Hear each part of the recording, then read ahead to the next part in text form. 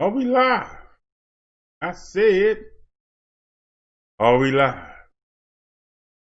Well, if we live, then let's get it. All right, everybody. Minister Brother Derrick here.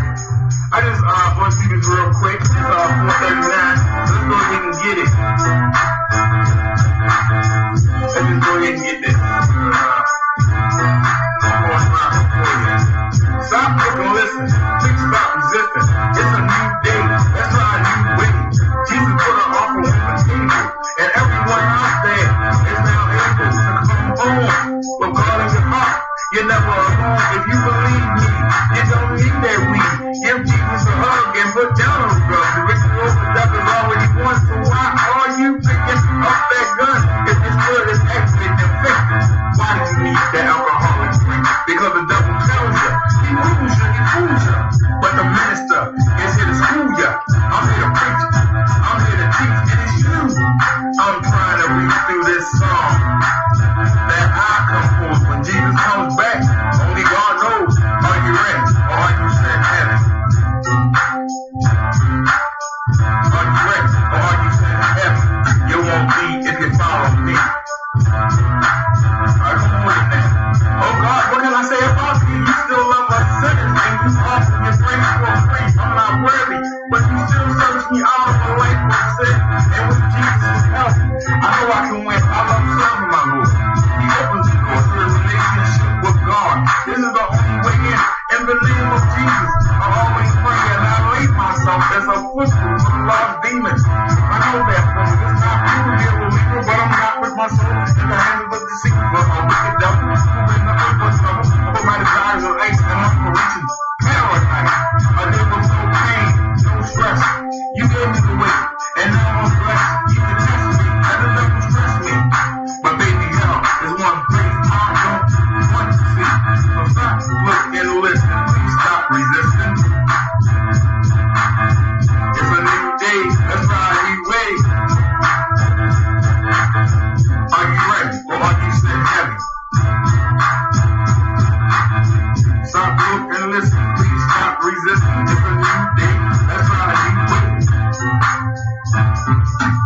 Minister, Brother Derrick. I hope y'all enjoyed that. Peace, everyone. Mr. Brother Derrick, I'm coming at y'all real. And that's what I did. It's really hard to be a Christian in 2020. Yes, it is. Everybody seems to have a double standpoint. And we don't get no respect in the world. We are considered weak. We are considered strong. We are considered dumb for believing in the book. But yet these people have no moral. And you see what it wrote for. We get no credit. So this is for those who are thinking, who are thinking on the king. Let's get it. Every day I dance before the Lord. So I take the name of Jesus like an extension cord. I walk upon the tight as long as my name is in the book of life. Let my light shine. Let it broadcast worldwide. I let Jesus be my God. And if he lets me live another day, I'll continue to come to the people and say, stop being selfish, stop sinning, come to God and start winning. I roll with the Lord who is in control. Heaven is my goal, this earth is a personal level. I help my fellow man deal with the devil. He's a liar, he's a fraud, his desire is to keep me away from my God. To most people I come off as righteous, but if you're tempted, I might just do a few of the things that God can't stand. He frowns on. Every day I've been reborn, I've been hit with many opportunities. I cannot remain in unity with the Holy Father.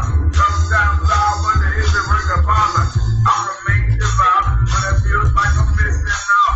Most of the people that I meet who lie, stealing cheese, ain't content, while Christians like me, our time is spent struggling. We should be the other way around. I'm not running it, but how can you tell someone who's living it up to give it up when they're posting high?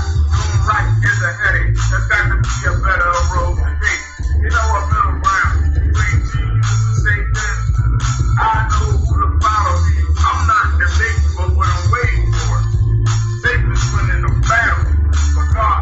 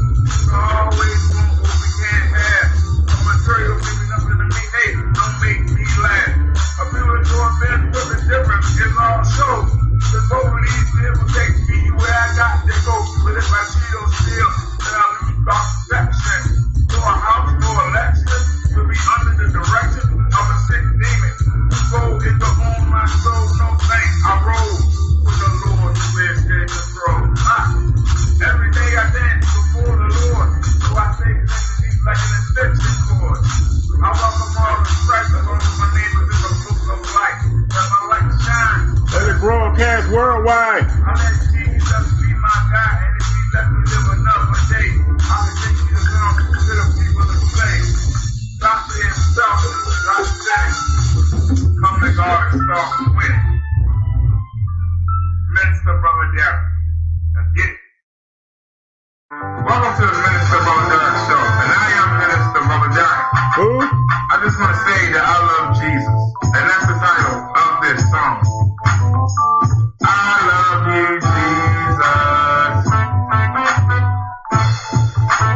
We'll follow you wherever you lead us. I love you, Jesus.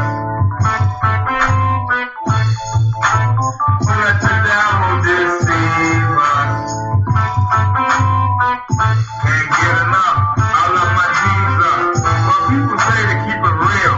But here's the deal. If you're not saved, you're missing out. If you're not born again, your future is in doubt. Your body wasn't made to last. When your time comes, it will be reduced to ash. Your flesh will rot, but your life will not. You know your soul will go on forever, so you better realize that you need God, or you will be surprised by the pain of a flame that never goes out. The pits of hell, where the heat swells up, there's no relief. Not for a moment of peace. The agony and pride never cease. There's someone in the background singing, burn, baby, burn. This isn't normal. Burn, baby, burn. I'm gonna walk it and burn, no. But seriously though, this will happen. If Jesus come back and finds you now. See, no one knows the time of day. But if you follow the word, it won't matter anyway. Because in heaven, no one will ever be sick or shed a tear. So in this round, I show no fear. What they gonna do? Kill me? Make me a martyr? Give me a head start? Put me on the fast track? So keep macking. Keep stacking. Keep on shacking up. Don't get caught napping and the jig is up. And I just want to say, I love you, Jesus. Follow you wherever you lead us. I love you, Jesus. Don't let that devil deceive us. I love you, Jesus. Hey. If you think that witnessing to your neighbors is weird, think of foreign countries and sections of out of other nations of people who don't know God, only biblical concepts like a Alabama. I love you, Most Jesus. Americans believe in one Lord, one superior being. Christians should be born of souls by the million, but we spend our time fulfilling the desires of our flesh. We won't give Jesus our best effort, but we ask for blessings that we don't deserve. And you wonder why our prayers are not heard. In church, you put down those you really admire. You know you have a desire to make that easy money, drive the fancy car, you feel like a star. When you enter the bar or the club, deep down your spirit isn't for all his ways. So why should anybody listen to a darn thing you say? I love you, Jesus. Follow you wherever you lead us.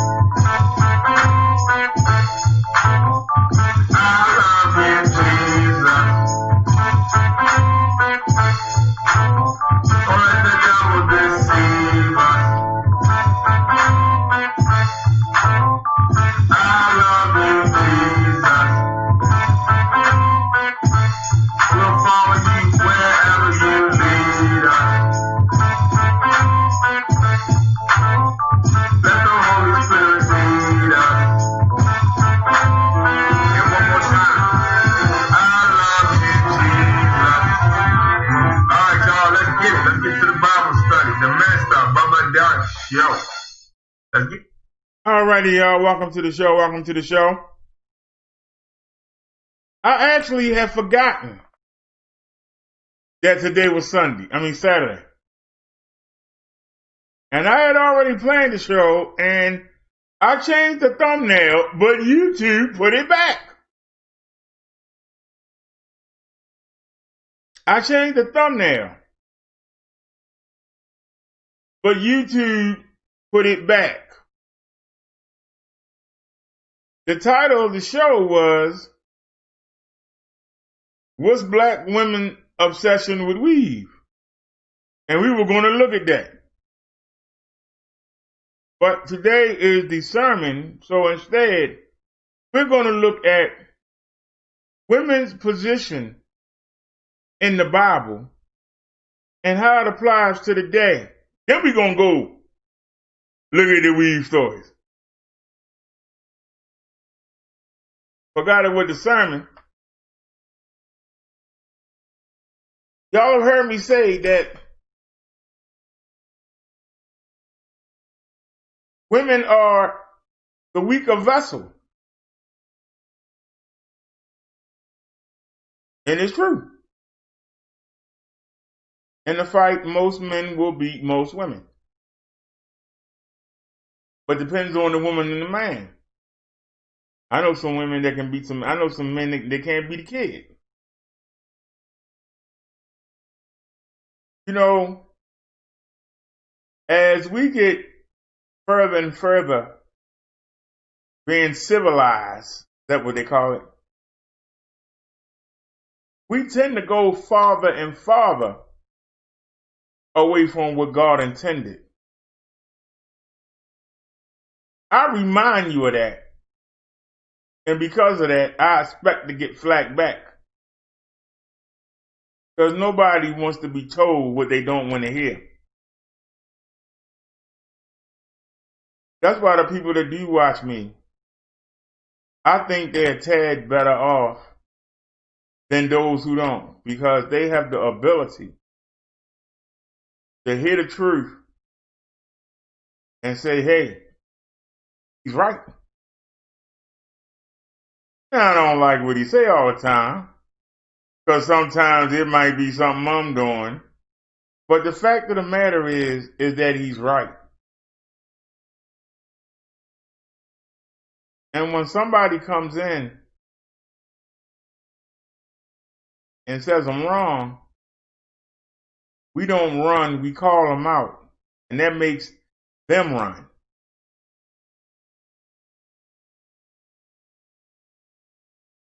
Today's topic is touchy, both of them. The sermon topic, and then when we get to the weeds. And I guarantee you we'll get more responses about the daggone weed than we're going to get about this first topic. First topic is, what's the woman's place? Because see, a lot of women nowadays, they don't want to relate to a woman's place.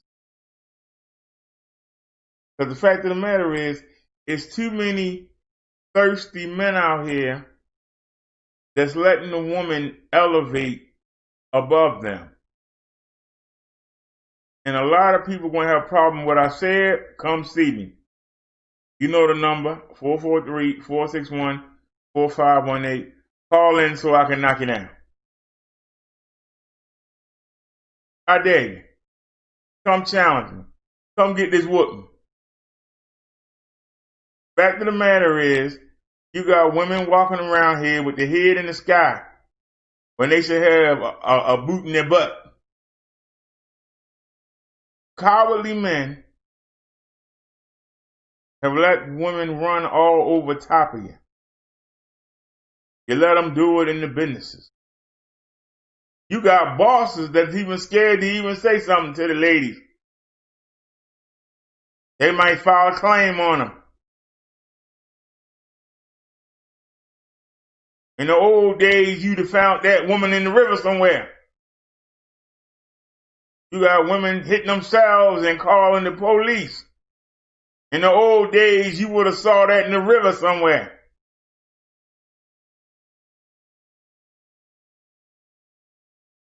A woman's place is in the home.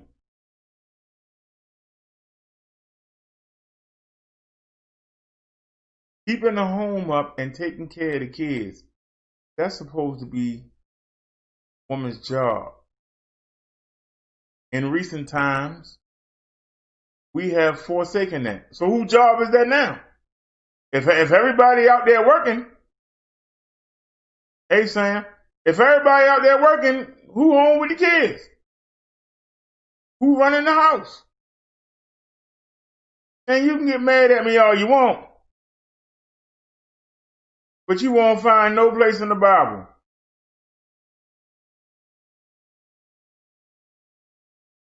that says the woman supposed to run the household.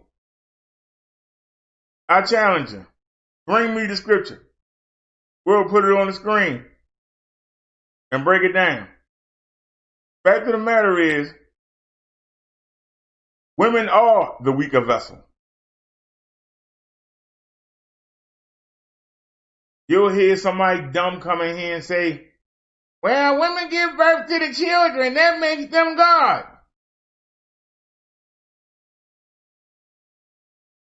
Women have the burden of carrying a child for 9 months and going through all them emotions and going through all them temper tantrums. That's not a blessing. That sounds like a curse to me. That don't sound good. I don't want to walk around bloated, asking for pickles and peanut butter and jelly. That don't sound like fun to me. I'm glad I wasn't born a woman. We have to understand that the women was a gift to us. And we have to manage them. We're not managing them. We're letting them go buck wild. Thanks for the donation, Sam. Appreciate it, buddy. When the devil wanted to get Adam and Eve to disobey God, he didn't go to Adam,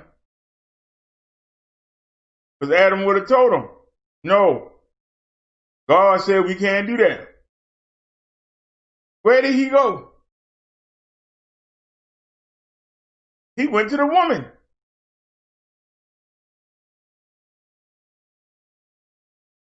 So right from the beginning,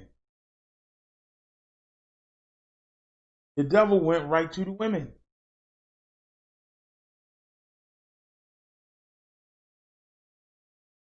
Y'all get mad at me when I say that.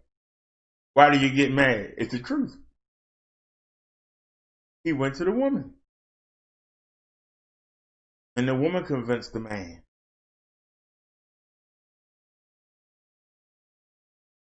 John the Baptist, his head got cut off because a woman had a problem with him. He told her that her marrying King Herod's brother was not acceptable. And she wanted to kill him. But because the people thought he was a prophet, she was afraid to. She got her little girl to trick King Herod into chopping off John the Baptist's head. That was a woman that did that. Samson and Delilah. Nobody could hurt Samson. Nobody could touch him. But a woman got him to cut his hair. Delilah took down Samson. It wasn't the Philistines. It was Delilah. King David could have been the most glorious king ever.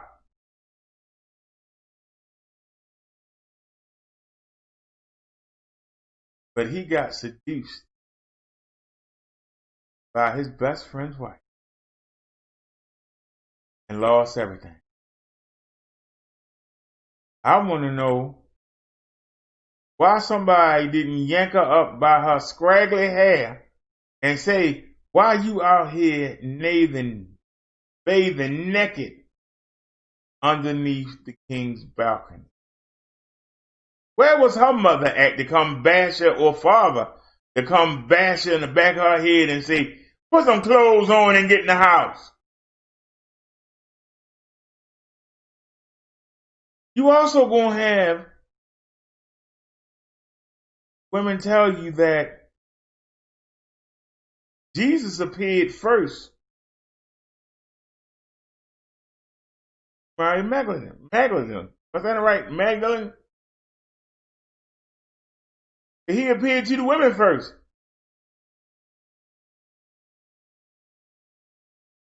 So that proves that women are superior to men. Well, the men were hiding out because the soldiers were trying to kill them. The Roman soldiers were trying to kill them. They wasn't looking for no women. That's why the women was able to walk around. When Mary went and told the 12 disciples that were holed up in the house, up on the second floor, barricaded in, Roman soldiers wasn't looking for no women.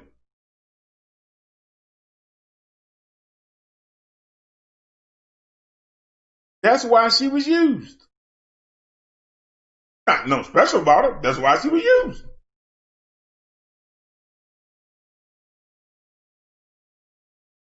Soldiers didn't pay a woman no mind. The same way, you had women like Scarlett O'Hara that went behind enemy lines during the war. Soldiers are looking for men. They're not looking for women. Nowadays, they might look the way they act, but back then, they probably whistled. And Saul walked by and didn't say nothing. And she go back and tell them, yeah, well, they got men here, they got men there. Even when the Israelites was taking down the big city, a prostitute hid 2 of the Israelite spies and helped them get out. But they had to spare her and her family when they attacked the city. That meant that God's law was you kill everybody in the city. Why would God tell you to kill everybody in the city? Why would he tell you that? So that those people don't corrupt you and have you worship their gods. But the men were hard-headed. King Solomon, the wisest man of the world, 400 women in his concubine, he got to have women from other areas. He kept letting them come in and hang around, and guess what? He let them bring their idols in. That's what messed him up with God. Supposedly, the wisest man in the world let some women mess him up with God. The wisest man in the world.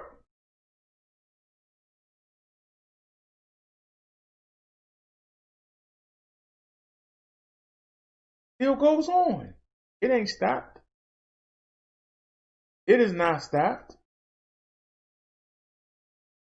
Moses was supposed to have been killed. The Pharaoh said every firstborn child must be killed. Pharaoh's own daughter got a hold of Moses. She should have drowned him in the daggone river. Because that's what she was supposed to do. What did she do? She took him in and raised him as her own. Moses was second to the throne. a baby that should have never been allowed to live was second in line to the throne because of a woman.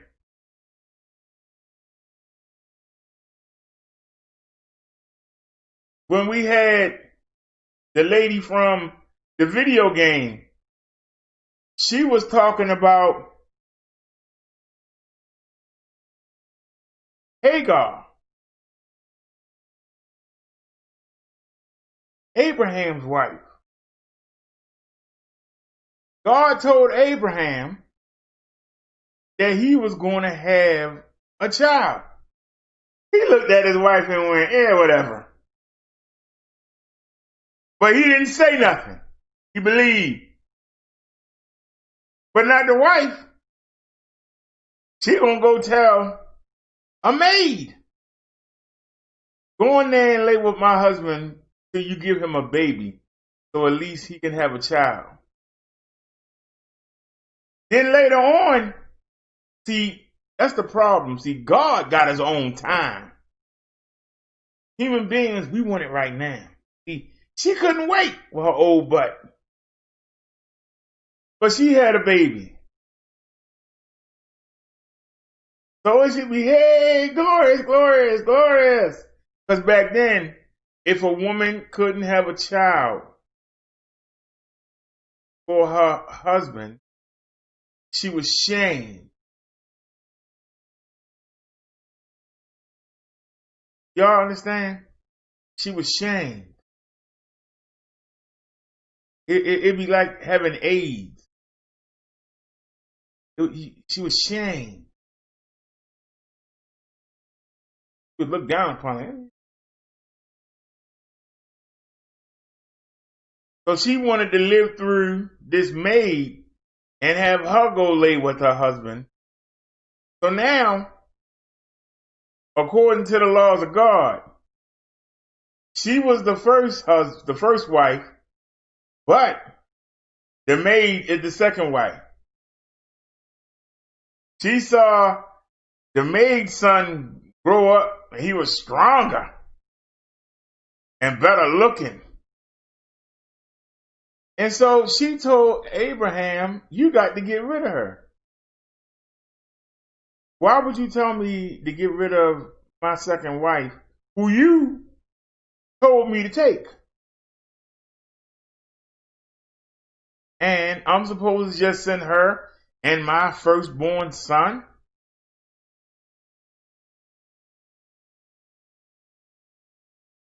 Because see, the firstborn son gets the blessing. But the old hag was mistaken. She was the first wife. The firstborn of the first wife gets the blessing. Y'all understand what I'm saying to you? The firstborn of the first wife gets the blessing. Not the firstborn of maid, the second wife.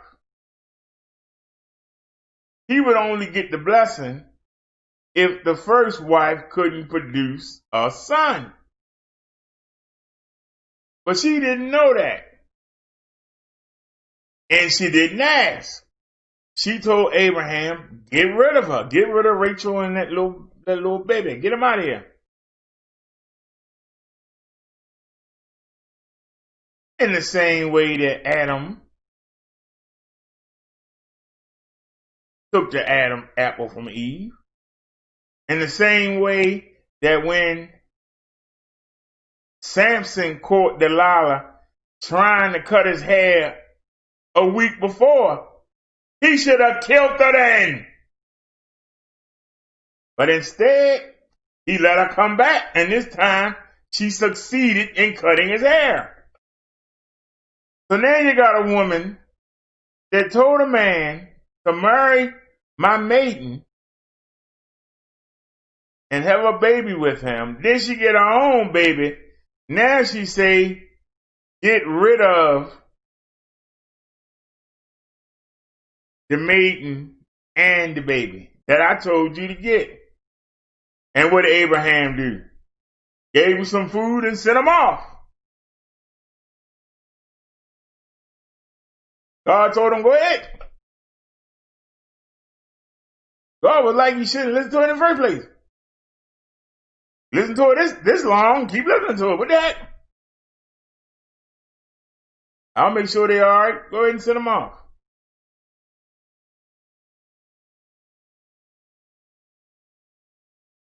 When men let women run things, they don't go well.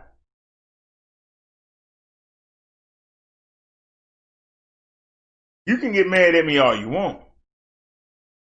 Women belong in the secondary role, supporting the man in the background, not the foreground.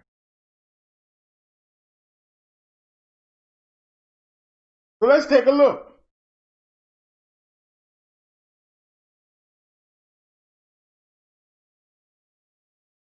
Most female actors won't make no money unless they show their chest or their butt. Most female comedians like Roseanne won't make no money unless they emasculate the men. Are y'all hearing what I'm saying?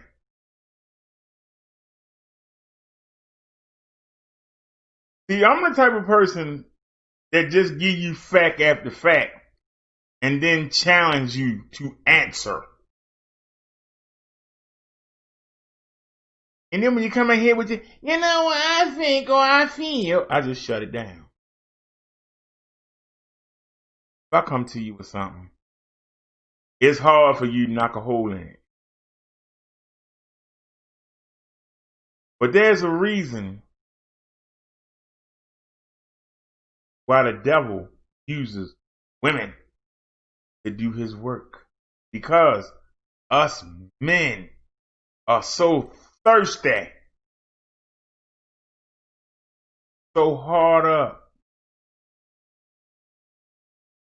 How do we stop that? We got a situation nowadays where women in their teens, still in high school, is looking for somebody to knock them up so they can go on welfare and never have to work a day again in their life. And we got young men that know that and they still lay up with them.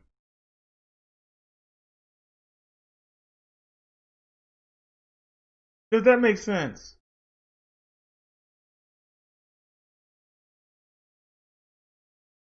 To every young man. Because you shouldn't be doing it anyway. But if he is going to lay up with a woman and you grab the condom and she go, oh, no, put that, you don't need that. Get up and run. You shouldn't be there in the first place. You shouldn't be doing it in the first place. So when she try and get you for that child support, I don't want to hear it. You know that it's all built in the women's favor. Why would you enter the arena? You got mad at me when I said, why did Kenneth Walker go get in Breonna Taylor's bed knowing she hadn't even been broke up 2 months with the head of a drug cartel? He's in there with a gun all scared, thinking it's a daggone drug dealer boyfriend coming by to get a hit. And gonna find him there and gonna do something to him, that he's sitting there with a gun.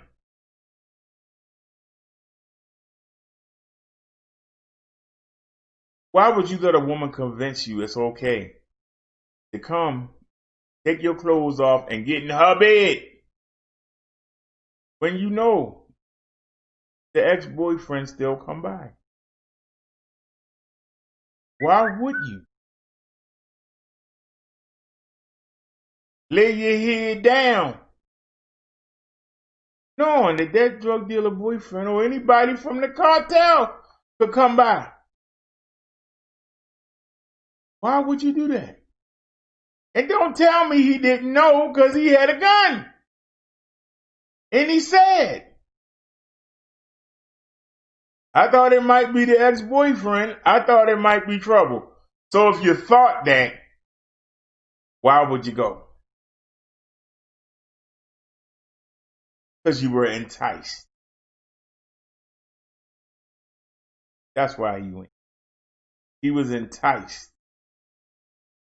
And that's something that men have been doing for thousands of years now. We've been enticed. How many men have been shot because a woman got 2 or 3 men? And she liked things about each one. One might be good in the bed. One might have money. One might have power. And she don't want to decide on one. And one day, 2 of the men run into each other. Or she got somebody in that bed. She thinking, I got this guy coming Monday, this guy come Tuesday, this guy come Wednesday, first guy from Monday come Thursday. She thinks she got a system. Sometimes men are spontaneous. They'll pop up with flowers and, hey, baby. And like, you ain't supposed to be here today. Good day ain't till tomorrow. Who that? Next thing you know, you got a fight going on. This still goes on today.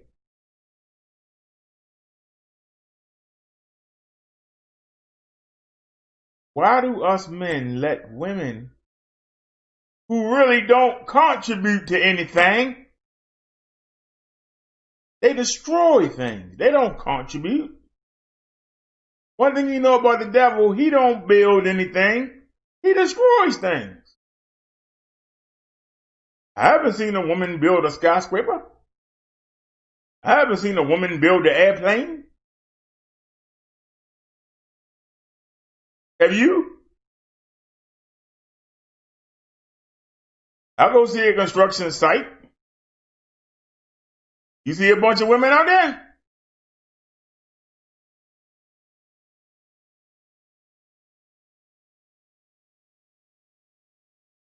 Almost every woman that has done something has had a man behind her to do it.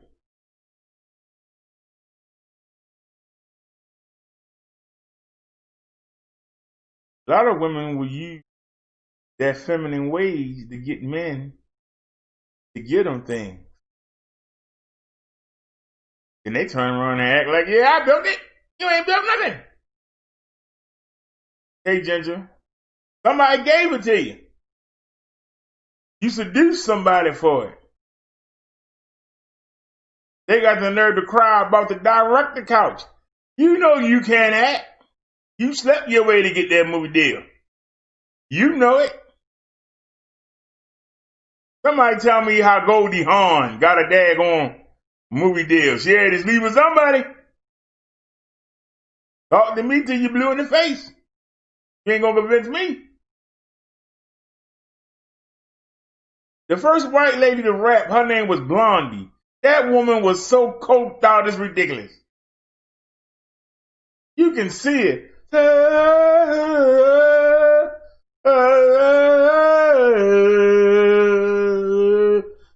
That woman, go watch her old Blondie video and see how cracked out she is. That woman ain't on so much daggone coke. That woman is coked out. But the guys in the band, they play a mean instrument.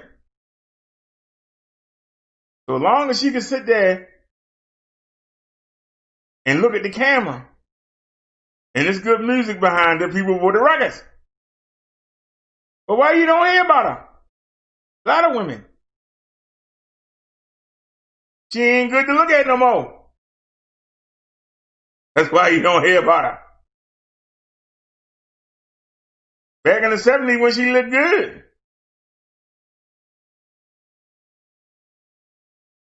Haven't y'all noticed that? A lot of them singers from the 60s and 70s, you don't see them now. Why is that?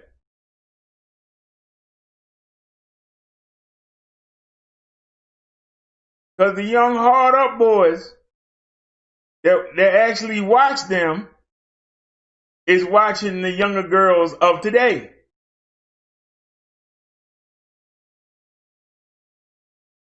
I remember when I was a child and I would listen to the adults talk and I would watch the TV. If a man had pornography, he was ashamed of it. He was ashamed of it. Now you can't turn on the internet and not something sexy pop across the screen. Like, what the heck? Now they walk around proud of it. Well, what are you proud of? Because if you brought home an adult porn star, your family would have you committed back in the day. Nowadays, well, I know you're getting it good. You got your porn star. Yeah. That shows you the value chain.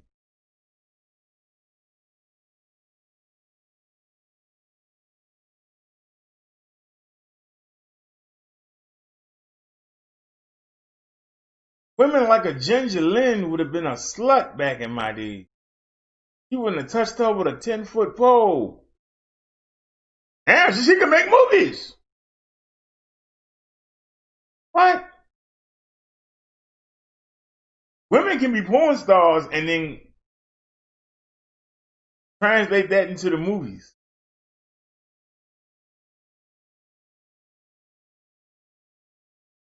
Women go around thinking that they stripping, that they doing something.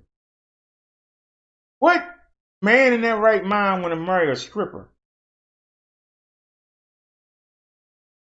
How would you like to be at a family gathering and one of your uncles come by and say, hey, to your wife, you still got that mole on your thigh?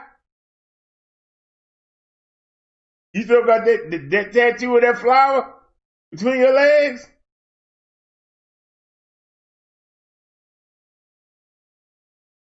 Purely coincidence, Ginger. Purely coincidence.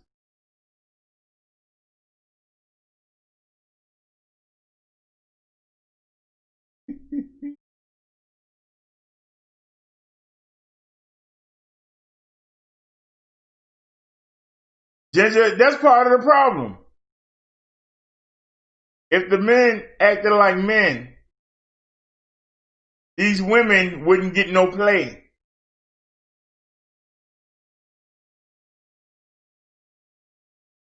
If men acted like men, these women wouldn't get no play. They will be shunned. Back in the biblical days, they will be stoned to death. But I gave you some examples. As we lead into our sermon today, I'm giving you examples of the values that have been lost or ignored or forgotten. God intended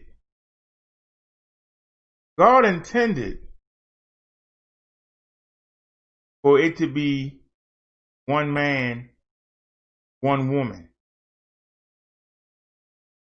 He gave in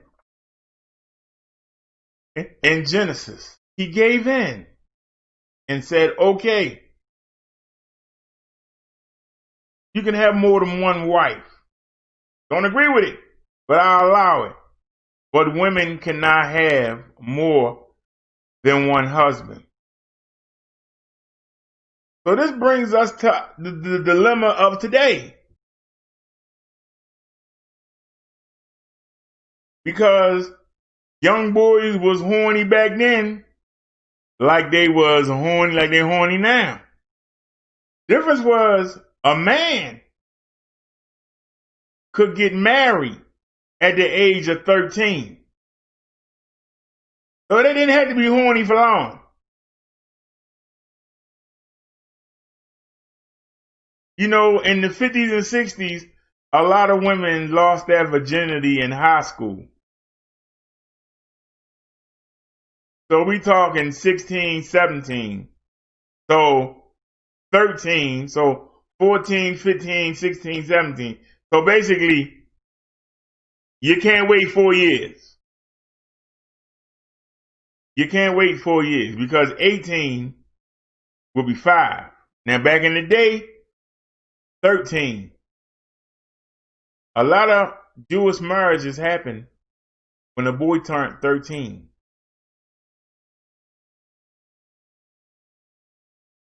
You're a man now, go get a wife. You're going to build your little house, or sometimes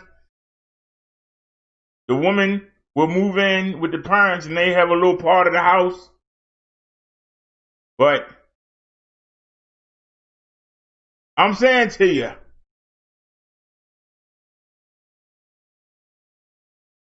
so you can't hold out. Because nowadays, the way society is, see, back then, you had a farm, or you was a carpenter, or a fisherman. So a young man could start out at an early age and just do what his father did. And he could take care of his wife and his family. But now, you got to go to school. You got to go to school until you're 18. Then you go to college. You're 24 years old before you're done with school.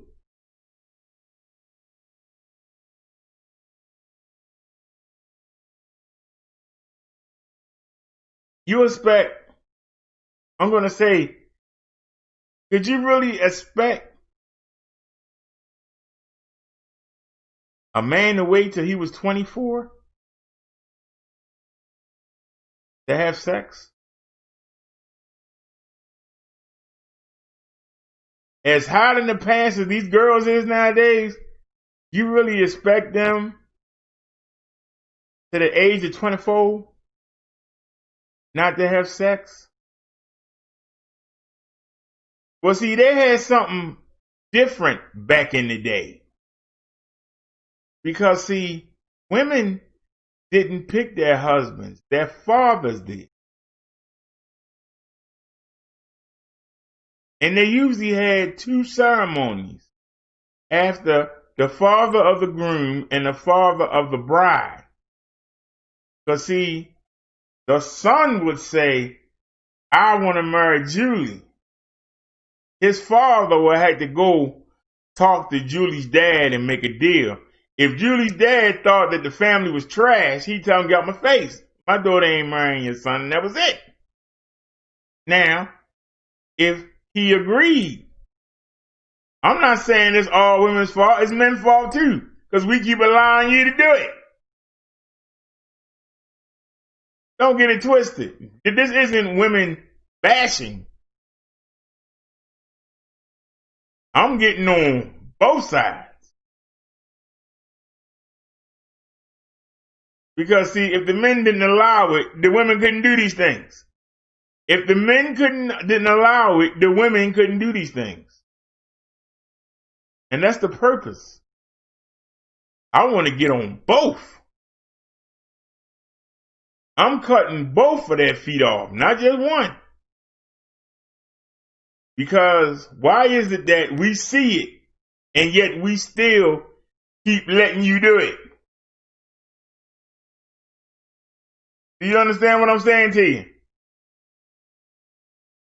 We know what you're doing and we still let you do it.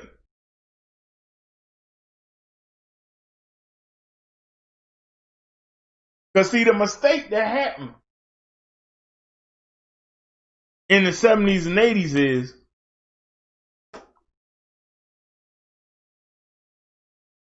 after movies like The Burning Bed, the men said, I don't want my daughter to be dependent on a man. I want my daughter to be able to have her own.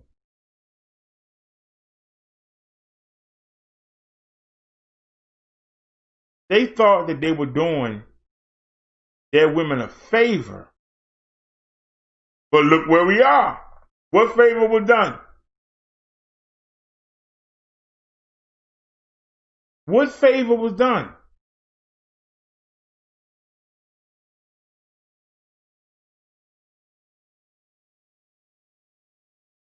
Because back in the day, a woman's joy was having a husband and having kids that grew up nice and healthy with values.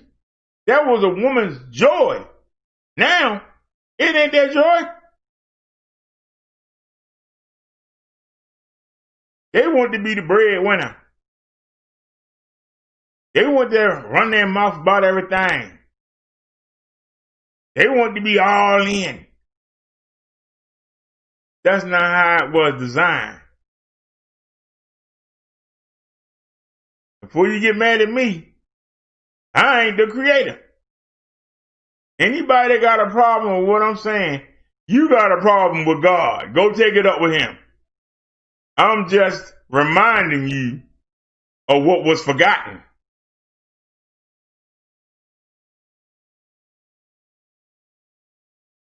Y'all don't find it strange that back in the day, children were given toys for what they were meant to do.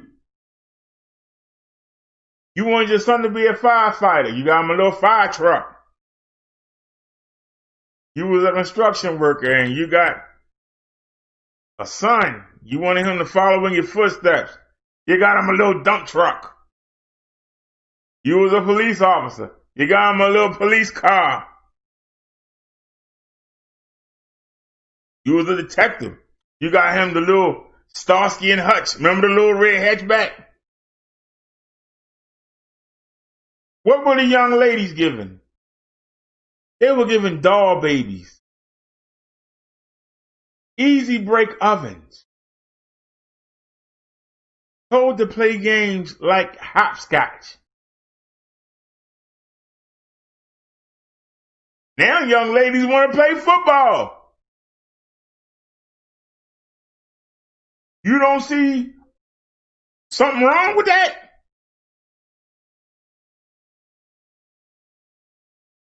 Thank you, Sam. You can get mad at me all you want. I'm telling you the truth. Think about it. I remember me and my sister is like 11 months apart. And we used to wrestle all the time. It was good because we were the same size. So we could go out there and not wrestle, right? We had somebody to practice with. And one day, by mistake, I forearmed my sister in the chest, and my stepfather came running over. You gotta watch it. You can't do that. You can't hit girls in the chest. It could cause them to not have babies. I don't know if that's true or not, but that's what I was told, and I made sure that I never made any kind of contact in that region. So why do you have women football players out there, if that is true? Why do you have women cage fighters out there, if that is true? I'm just asking. Why do we have women soldiers in the army? The women should be cooks. Should be doing house cleaning.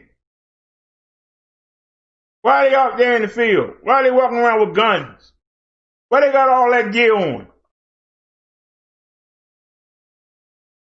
Why are our women police officers? I've shown you many a video the women get drug around like rag dolls. The men get beat up by the damn thugs. What the heck the woman supposed to do? Why is Rashard Brooks dead? Because he beat up the 2 cops. So why do you have women out there? I watched a video the other day. 2 women cops in 2 different cars pulled over a man. The man sat there, beat both of them up, drug them 4 or 5 feet. They dangling from the car, can't do nothing. Didn't know why he's driving. Then they ran to their car to catch him. They couldn't catch him. What the hell are they in uniform for? Why are they wasting our money? Risking their lives. Why? Oh, because we can do anything a man can do. The men can barely do the job. What the hell you out there for? We got all these people getting killed because the cops getting beat up. The men cops. Lord knows you put a woman out there. First thing they're going to do is go for the gun. They ain't going for no tasing, no baton. They go for the gun. I can't do nothing with this man. Give me the gun. Bam. Really? If I'm lying, just tell me I'm lying. We got to understand. Because see, people don't want to deal with reality. I'm not saying there's not strong women out there. But your creator didn't intend for you to be out there. So why are you out there? You out there because you want to be. And here's the question. Why do you want to be?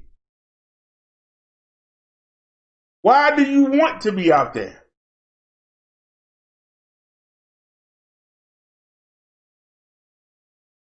I make it as a personal habit not to wrestle with women. You wonder why? Women always want to wrestle you. Hey. Always want to, why do you? What is it about women? They just can't stay in their role. Why they always want to just jump out? What goes on in their mind? If God told Adam and Eve, don't eat from the tree, the two trees, Adam not eating from them, why is she going to let a snake tell her, screw Adam, screw God, I'm telling you, eat the apple.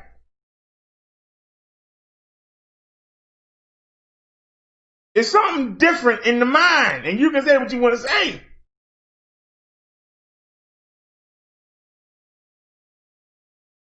I'm asking the question, Ginger. I'm just asking the question. And I'm asking y'all to help answer it. What is it that makes the woman feel, this is the role I was given, why can't I stay in it? Why I gotta keep busting out? This is the order that was set up. Why do the women feel they got to bust out of it? I can tell you, I've heard and seen with my own eyes. I've sit there and seen woman junkies tell a man, well, you know, he ain't giving us enough. That drug dealer should be giving us more than what we're getting. You need to go out there and tell him to put more in his packages.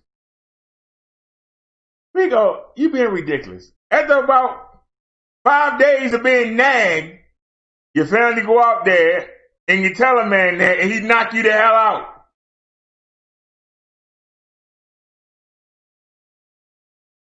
Why do we listen to women?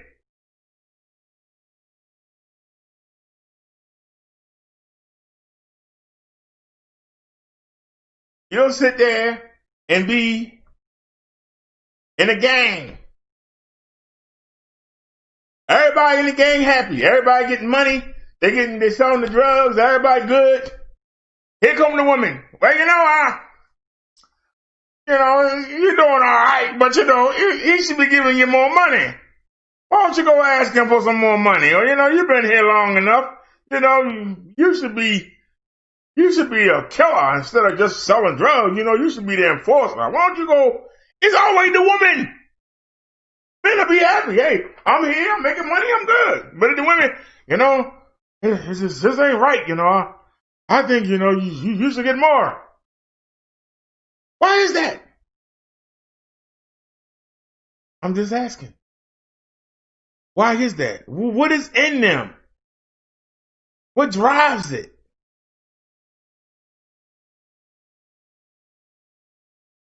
Even if you was a little 5-man operation and y'all went around robbing banks, one of those 5 or more of those 5 men, that women will be like, yeah, how much you say you got? You got 50,000. Well, how come you only got 9,000 of it? Why don't you go ask the man in charge why you don't get a bigger cut? You should at least get 10,000. It's a woman that'll nag a man to go do and say the stupidest stuff. And it's because the woman in their mind just can't be satisfied and say, hey, we got a good thing going on here. We got a good thing going on here. Let's go ahead and rock it. Even today with the stimulus package,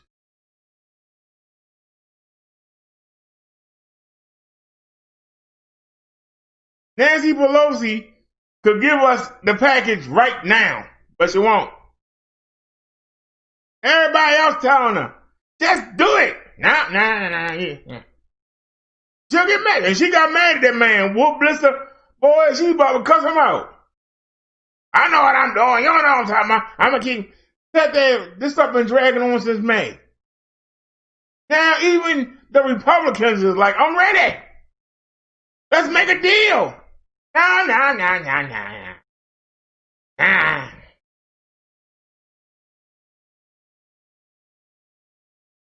What drives?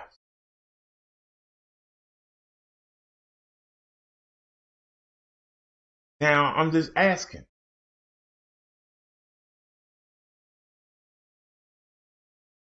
Ginger, you know what I'm saying is true.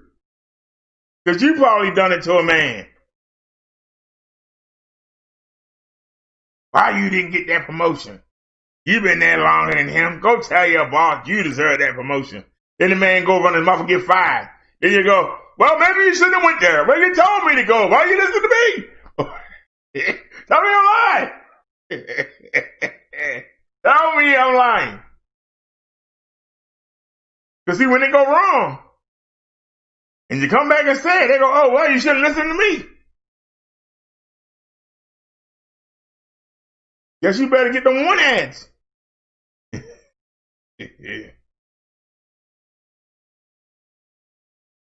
Let's take a look at our first topic. Picked at random. I haven't read them, so hopefully I don't get embarrassed here. The wife of Job. Y'all remember Job from the Bible?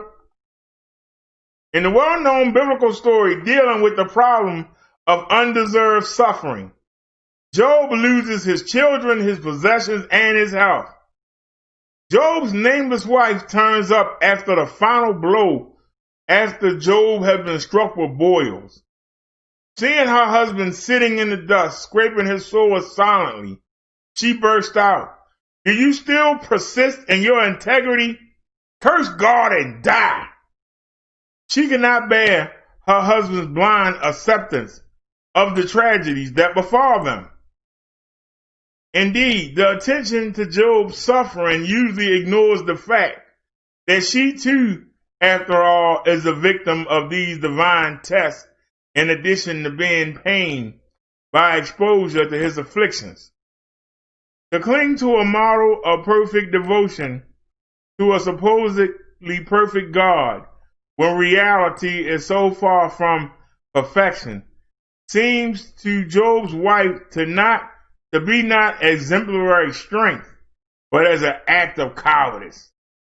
Such integrity, she seems to be saying, lacks a deeper value. What Job must do is challenge the God who has afflicted him so, even if the consequence is death. So here we go again. We got another woman. Job's wife. They got 10 kids. They got money. They got property. They got animals. They got servants. And one day it all go away. Job was thinking, what have I done wrong? Maybe I can do better. You need to go ahead and curse God and die. You had all that stuff and you lost it all in one day. What the heck going on? You need to pull God up and say, hey, what the heck's going on here? God darn it, you sitting here trying to take the high road. I ain't trying to hear that. When it's good, and we'll take it when it's bad. But she really speaking, she's speaking through the devil.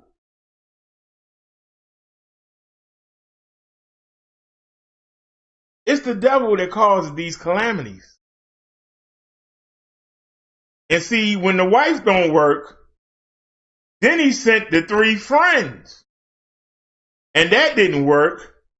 So then the devil came to him in a dream himself and tried to get Job, and it didn't work.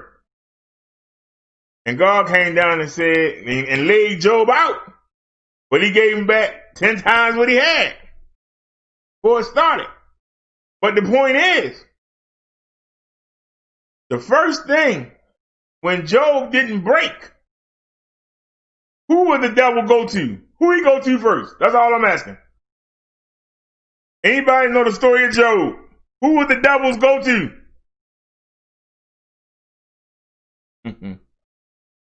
Well, I ask you, Ginger, who would the devils first go to? Remember now, the wife lost the same thing. She didn't do nothing to get it, but she lost the same thing that Job lost. Job's sitting there wondering what he did wrong. How can he do better? She's telling him, man, go curse God and die. Look at you sitting there trying to take the high road. You're a coward. You go tell God to give you your stuff back and tell him to ship it up or ship out. If he strike you down, he strike you down. But God darn it, you go. That's the woman telling him that. When that didn't work, then the devil went to his 3 friends and tried to get the 3 friends to get him to curse God. And when that didn't work, the devil came himself in a dream and tried to get Job to do it. This is how bad. The devil wants you to stay separate from God and Jesus. He'll throw everybody and everything at you. And the first thing he gonna throw at you is the nearest woman. So now that you know that, the women can say, well, let me stop doing that. And the men can say, let me stop listening to it. That's the purpose of this sermon. Now that you know, now that you are observant of what's been going on since the beginning of time, maybe we can change it. We know that women are more emotional than men. We know that women lead with their feelings. That's why women are not good leaders. Let's own it and respect it instead of, hey, man. Keep making the same mistakes over and over again. You're going to have the same problems over and over again. This is not to bash anybody. This is to wake you up.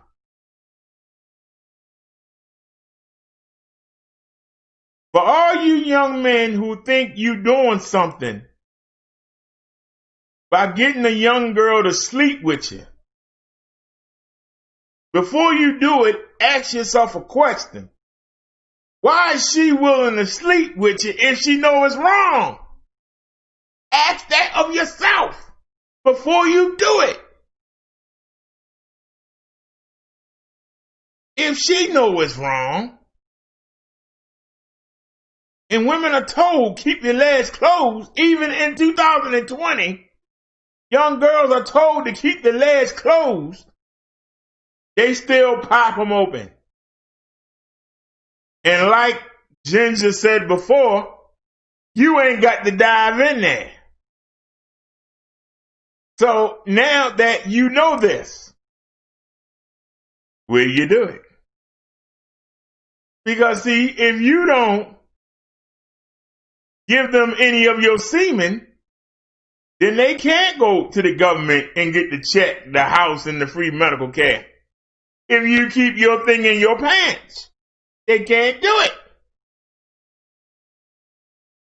But if you let them seduce you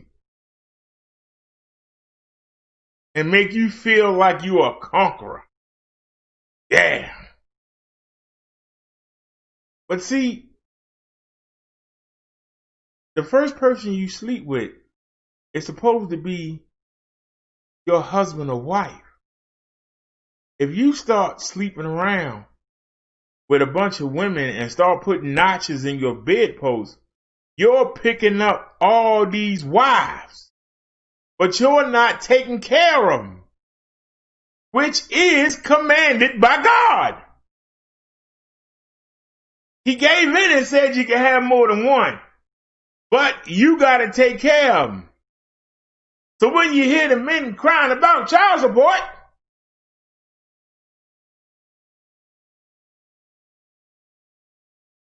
what are you saying to God? You supposed to take care of the women and the kids till they die. Well, I ain't paying no child support. Then you shouldn't have slept with him.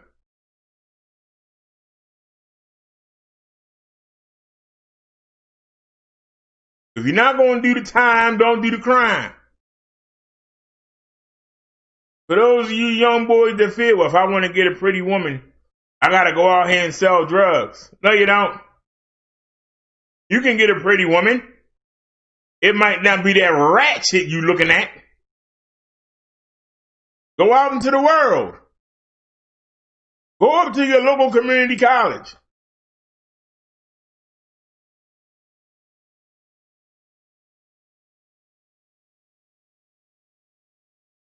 You might can find some good girls there. But you won't go look. Because you ain't looking for no relationship. You looking for somebody to bounce on so you can brag. Yeah, I had this one last night, man. Yeah. That's what you want.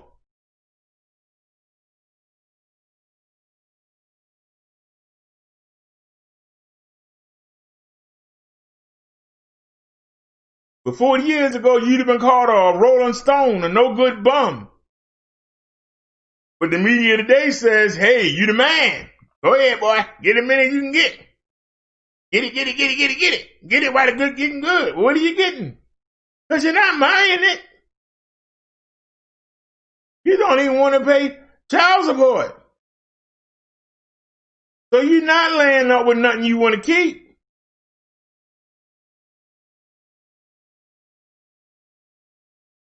People sitting there going, oh, when Kenneth Walker was on the Gayle King show and he showed the little baby booties and they were talking about they were planning to have a child. Why they weren't planning on getting married? Marriage come first. Get your act together. Make sure you got a place for that child. Car seats, hampers, bibs. Make sure you stable so you can take care of that child. You talking about taking care of the child and y'all not even taking care of the marriage. Been together for 2 months. I don't care if you've known yourself, if you've known somebody for 10 years. Until you live with them, you don't know what you're getting.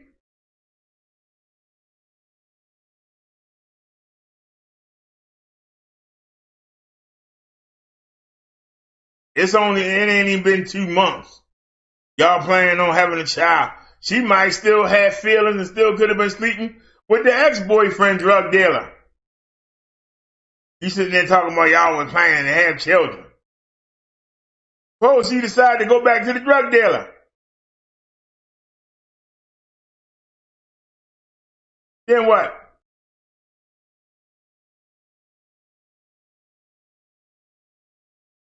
You think you really gonna be able to run stuff with him hanging around and his goons? You're not gonna be in control because the minute you say something, somebody gonna roll up on you. Somebody tell me I'm lying.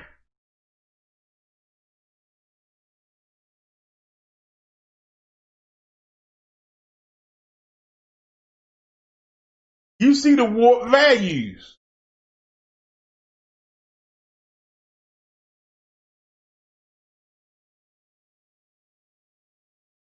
She ain't even 2 months out of her last relationship.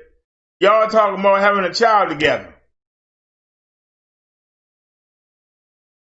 Let that marinate. How that make sense? How you know she won't say, Kenneth, you alright, but I'm going back to my ex. Well, we got a child together. It don't matter. I'm going back to my ex.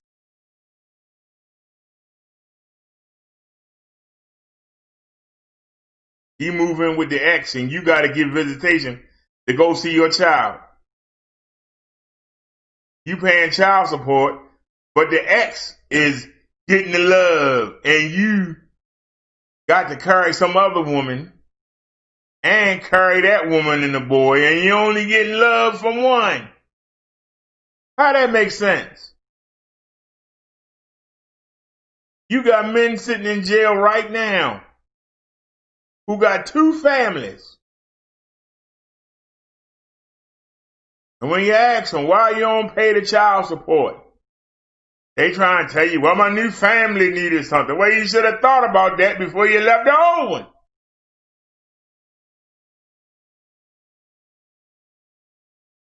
I don't feel sorry for you.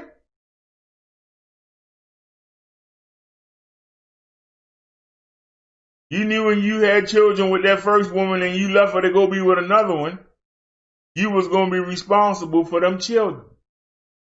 And now you got children with the second woman, you're responsible for them children too.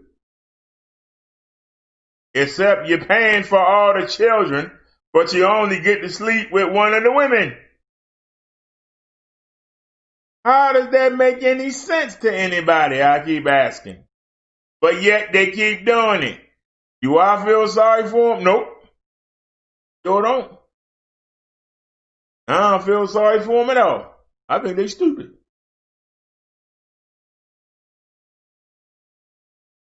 They think with the wrong head.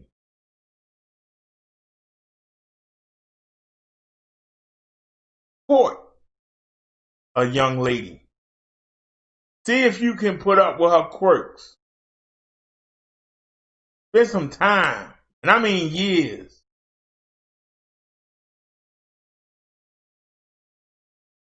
If a woman got her own place and she's not married to a man,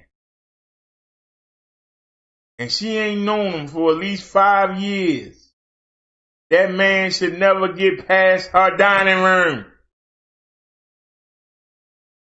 That man should not know what her kitchen look like unless he a chef and he cooking for her. That man should only know what the living room, the dining room, and the bathroom look like. He shouldn't be able to tell you nothing about that bedroom. Nothing.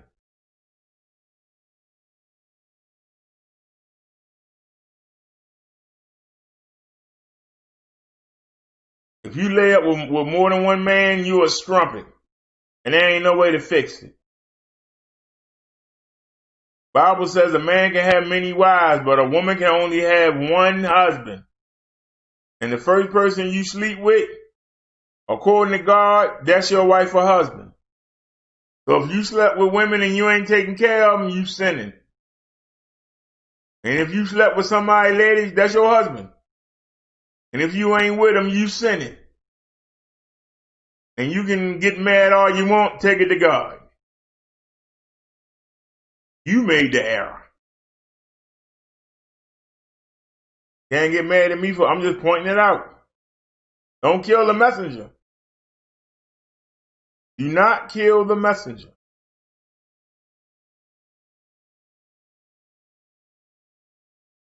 If I said anything that wasn't correct, somebody let me know. I'll wait. If there's something I said that wasn't right, somebody call me out. I'll listen. While y'all doing that, let's continue. Talking about Job's wife. Much has been written about the unusual challenge the book of Job offers and its audacious questioning of the ways of God. But no one ever hears the contribution of Job's wife to the dogmatic bent of the text. Job's wife prefigures or perhaps even generates the impatience of the dialogues.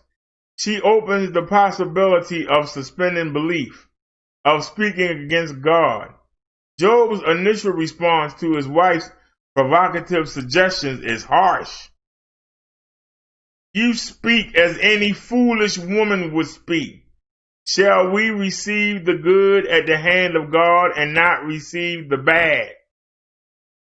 When the dialogue begins, however, Job comes close to doing what his wife has suggested.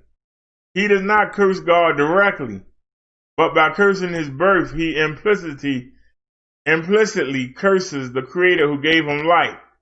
Much like Eve, Job's wife spurs her husband to doubt God's use of divine powers. In doing so, she does him much good, but this turns out to be the royal road to deepening one's knowledge, to opening one's eyes. So, Job's wife, who's not even named in this story, much like Eve, got her husband to doubt God.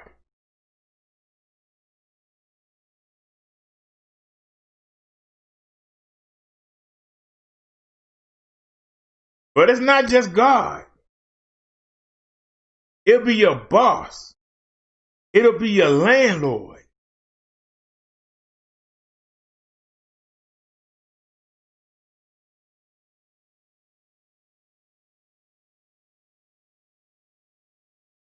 Y'all make fun of my apartment, but I used to live in a beautiful basement apartment. In a beautiful big 4-story house.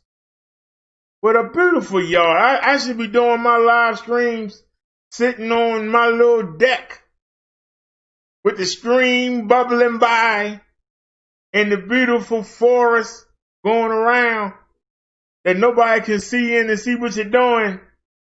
That's what I had before I started listening to a woman. She talked me into giving all that up to come move here.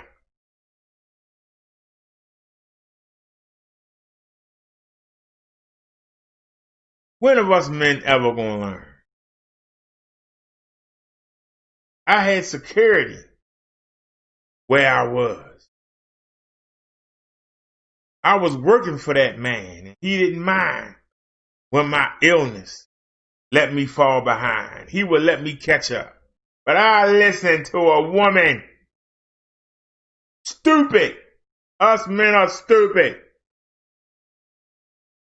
And y'all wonder why I don't let a woman get too close to me. Because women got a habit of getting men to do stupid stuff. And half the time we do it so they shut up. In the old days, you could smack them and tell them to shut up. You can't do that now. They come lock you up. So somebody tell me what I'm saying is wrong.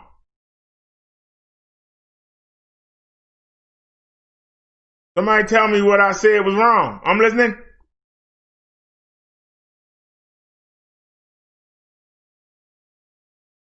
I don't see nobody in the chat. Somebody come tell me what I said was wrong. It's 8 of y'all in here.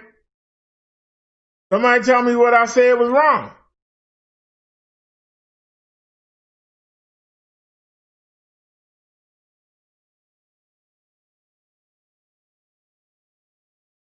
I don't understand. We normally only have 4 people in here. We got more people, but we got less talkers. I'm trying to figure that out. How come we got more people than usual, but nobody chatting?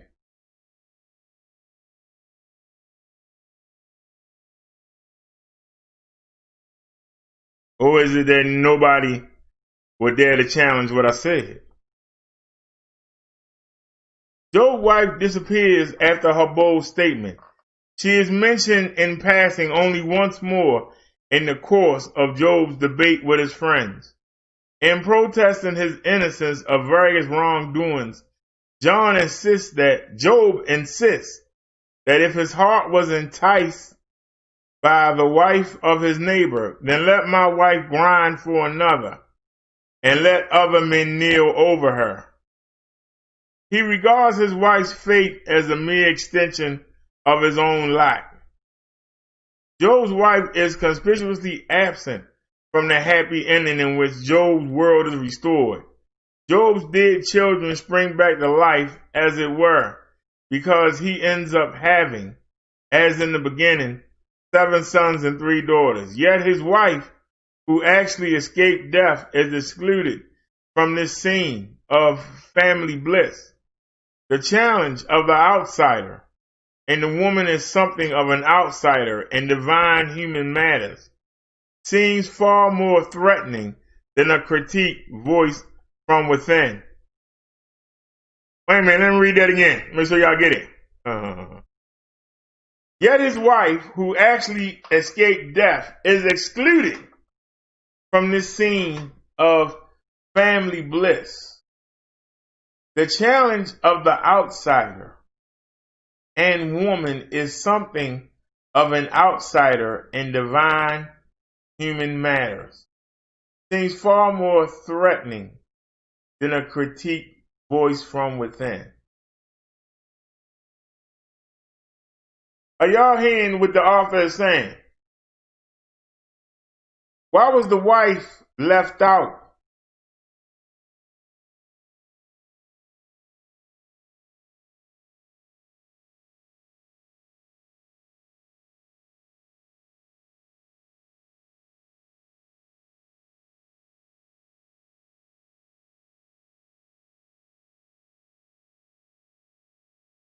The wife didn't die.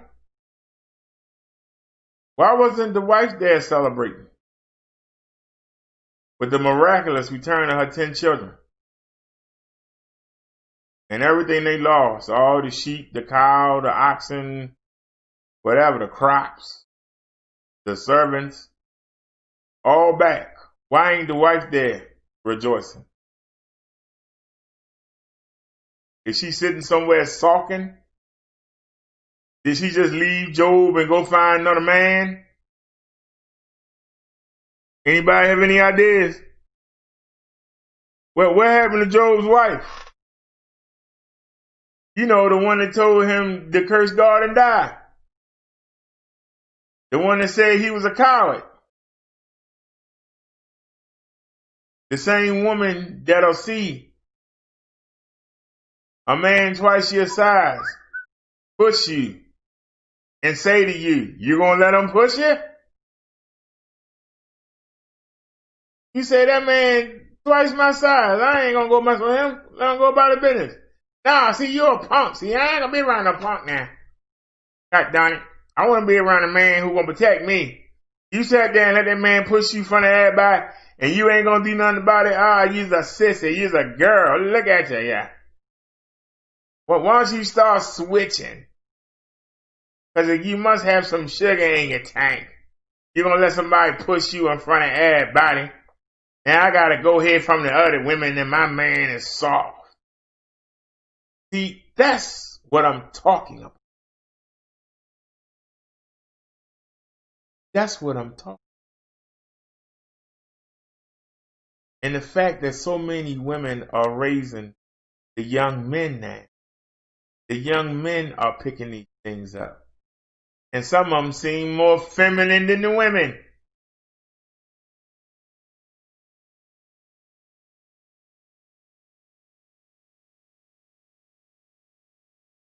Do you not see the problem?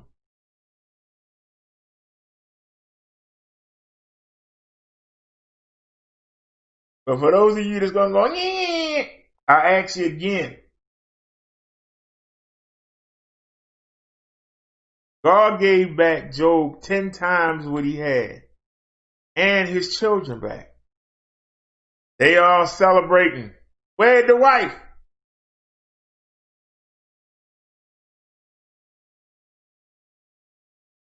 Why ain't she celebrating?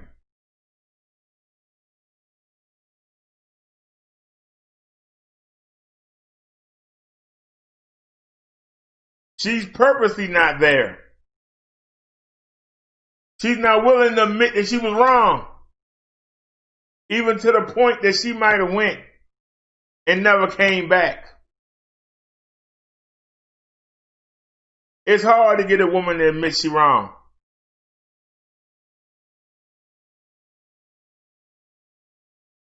They rather leave than admit they're wrong.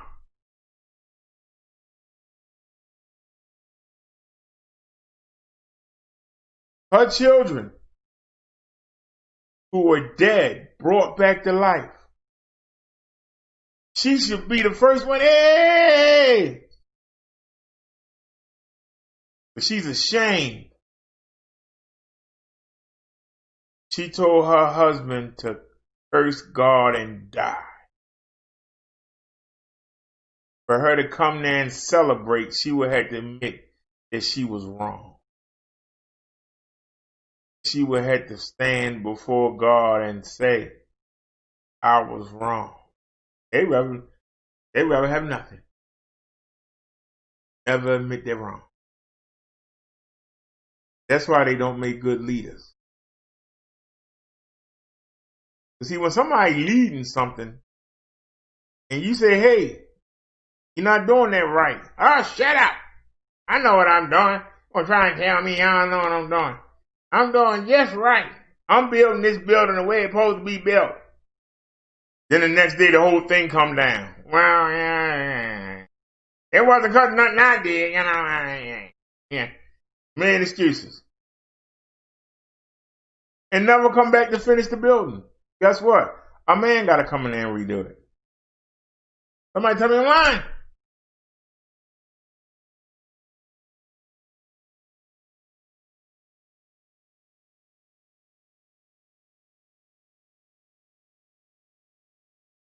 Now that you know these things, we can stop doing it.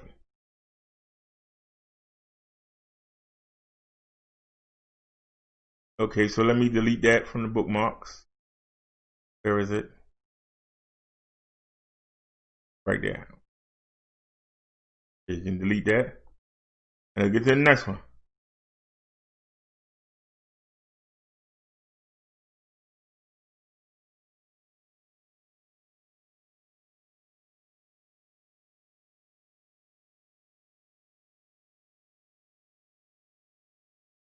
I have no idea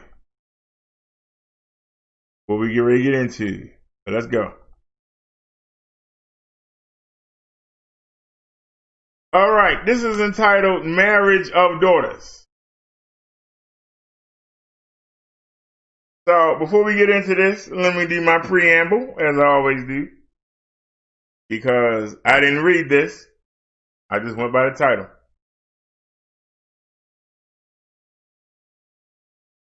Y'all have heard me say several times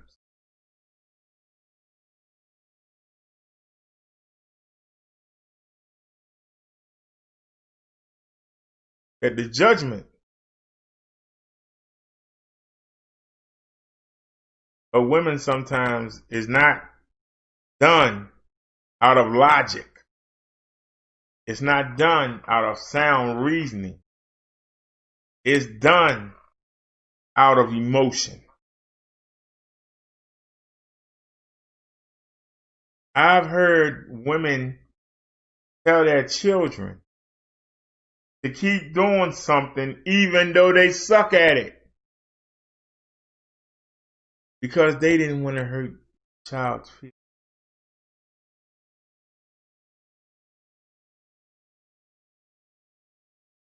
Then the father has to come home and say, look, son, I ain't work with you. You suck at baseball. Give it up. I'm not paying for you to go again. It takes the man to come home and say that. You got women that think they're going to be singers. And they can't sing a note. And their mothers keep telling them, well, you keep trying, dear. You're going to make it. And the father has to come by and say, look, I love you, but you can't sing. You're not going to make a career at this. I'm not going to invest any money. I ain't buying you no microphone. I ain't buying you no studio time. I ain't buying you nothing. Find something you're good at and I'll support it.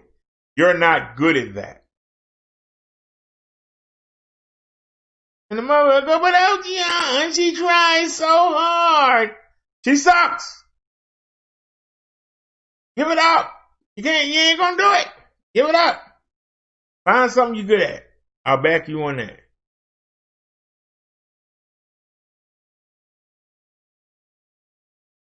Somebody tell me I'm wrong.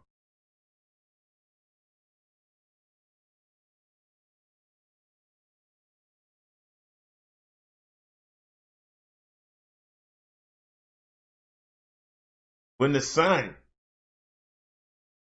decides that he wants to go and do something crazy, and the father says, no, you ain't doing it. Go to your room.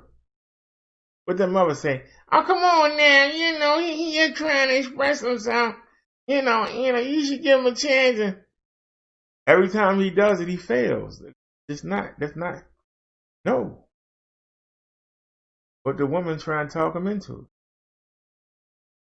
When the teenage girl says, my friend Joni giving a party, and it's unsupervised, and but don't worry, I'm just going there and I want to say hi and everything. And the father says, no, the parents ain't gonna be there, no adult supervision.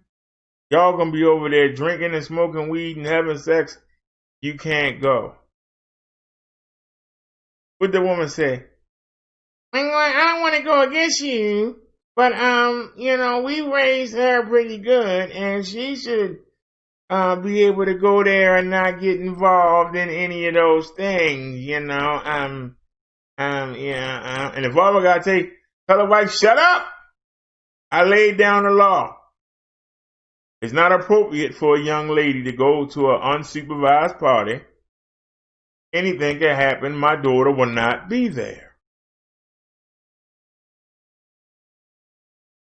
You have to have that in the household to produce good children.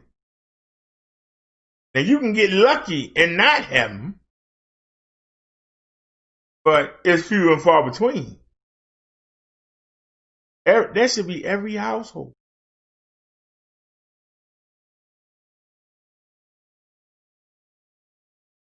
Because sometimes it works out for the better. Young kid come home and say, hey, the class going on a trip. The King's Dominion. Yeah, actually the whole school going. It's going to be chaperones and everything. And how much it costs? It only costs $50. Plus, I'm going to need at least, $75, so I can have a good time out there, and I might want to, treat one of the young ladies and, you know what I'm saying? Dad might say no. You go to school to learn, you don't go to school. You don't go to school for no daggone kingdom, man. I send you to school to get an education. So maybe you should just stay home that day. Then the mom might say, well, it's gonna make him look socially, awkward. Like if you don't go and everybody else don't go, they're gonna say that he poor and broke and if we don't have no money, and that his parents is prehistoric in the dark ages, And like I say, why shouldn't he have fun? Okay, the trip costs $50, and we'll give him $20 to spend instead of $75 he asked for, and we'll make him earn it. We'll let him do chores around the house or Have them clean out the neighbor's garage, mow everybody's lawn for a week, See, that's when the women come in. That's when the women come in. That's when the wife comes in.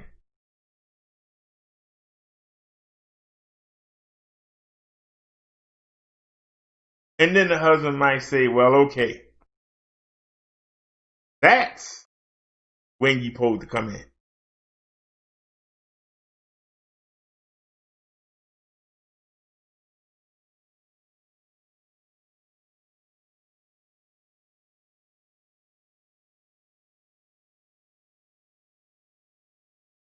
That's how a woman helps her man.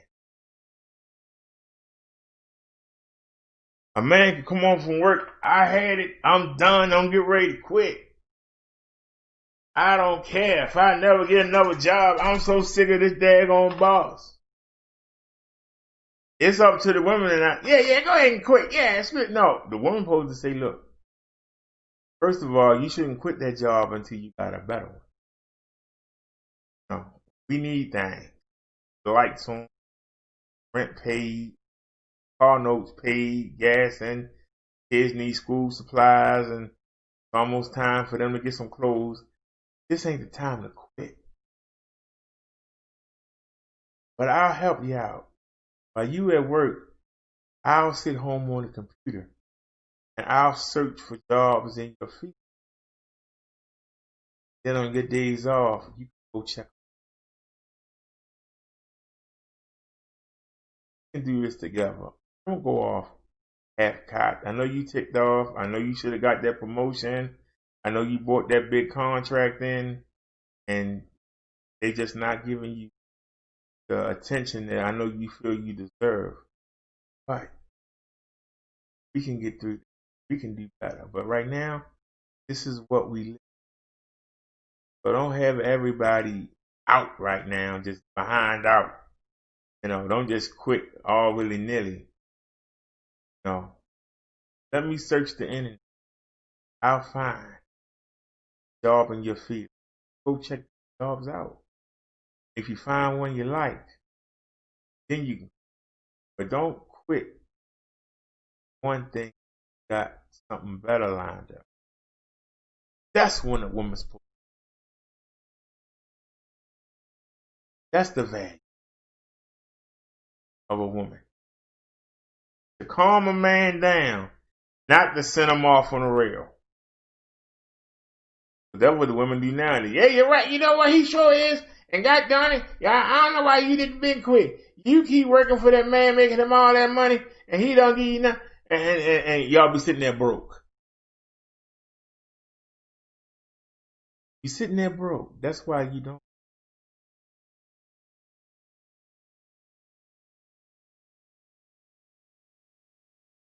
Woman's supposed to support the man.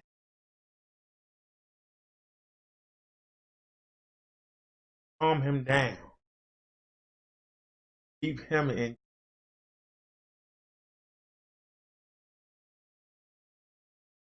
Now the women want,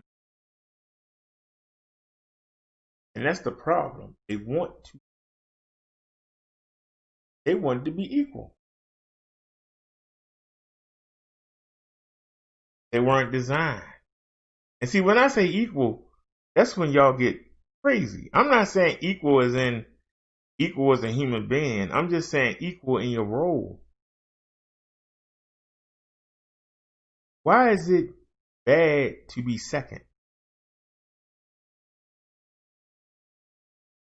Why everybody got to be first? If somebody seriously wanted to do some real things in the community, they got the resources and the charisma, and they got the power of the word that they can get other people galvanized. I don't have no problem helping them. If they take care of me while I give them everything to say and plan out everything, I'm fine to be in the background. I ain't got to be out front. You know, as long as they taking care of my expenses, I'll go wherever he go. Tell him what to say, tell him what to do, advise him on this and that. I won't have no problem. See, I can be the Robin, the Batman. I can be the Lois Lane, the Superman. I can be the Flavor Flav, the Chuck D.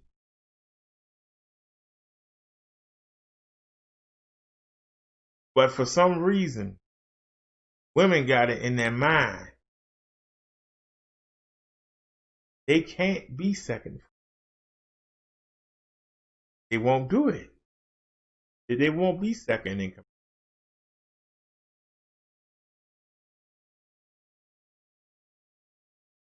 If the children are the lowest of command, I'd be glad to be first or second. It's better than being the daggone line to children. Children don't have no say. At least you have say.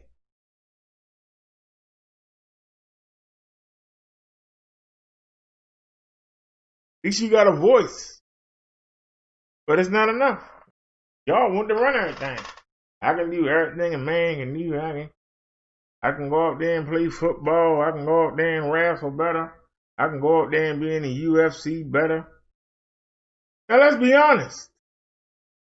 That's not true.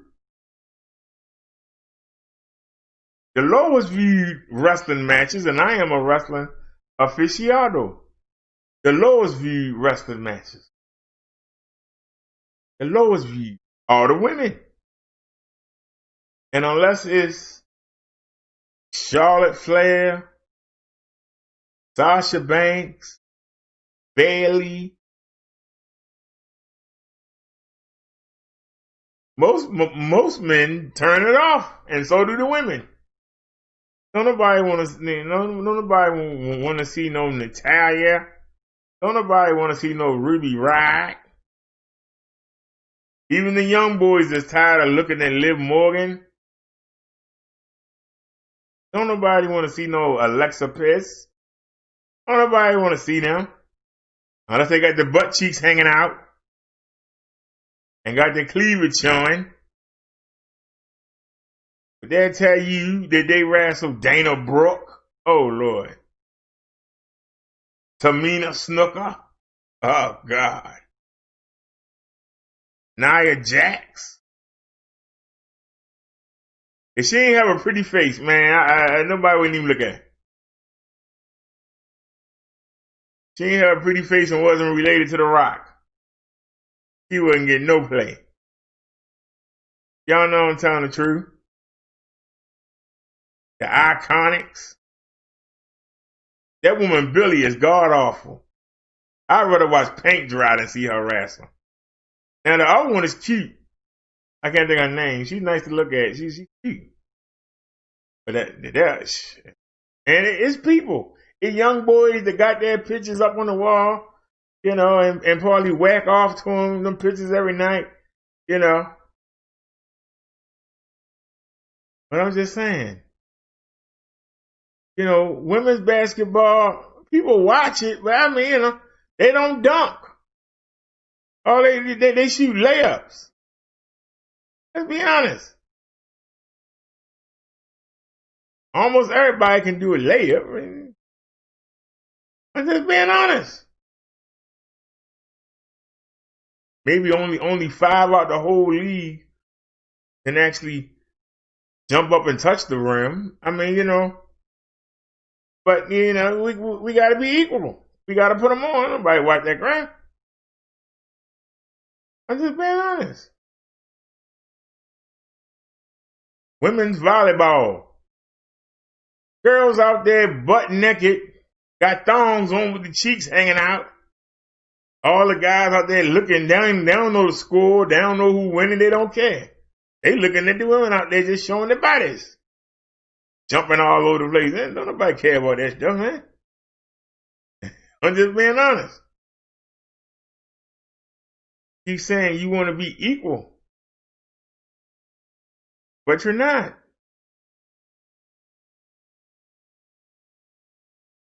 Women gonna want to be race car drivers next. Women ain't gonna be driving like they want to die. They gonna go out there and be all careful and, hey, you're in my lane and get over in there, man. Come on, man. Come on. Somebody tell me I'm lying. Y'all think I'm ragging. I'm just telling the truth. I ain't telling the truth. Somebody tell me. I'm not picking on nobody. I'm just telling the truth. We need to get back to where we used to be. Now, I understand that because of the advancements that we made, that we can't go all the way back. But we should try something. I know we can't go all the way back. But we need to do something. Because right now, it ain't working. The family is gone. The family is gone.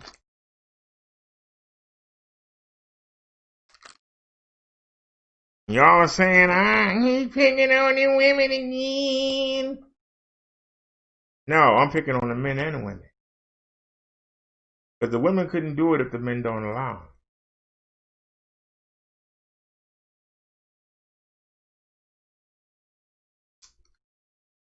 Your child can't sneak out the house unless you allow them. Well, I tell them to stay in his room. You need to go put some boards on that window and put a lock on that door.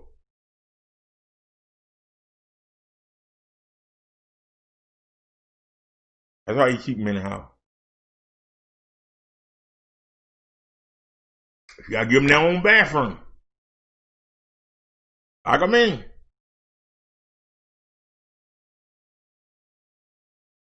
Lock them in and get them a speaker, intercom.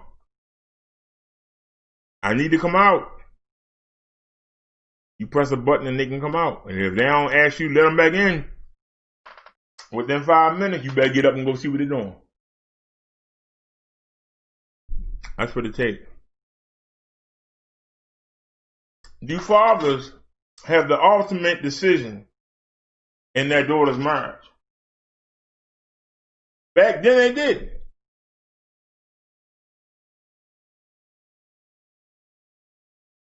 Why? Because women can't pick a husband.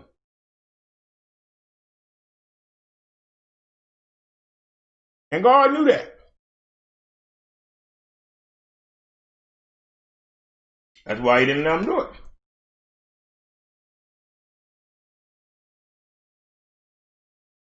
Didn't that a sense? Not to eat the apple?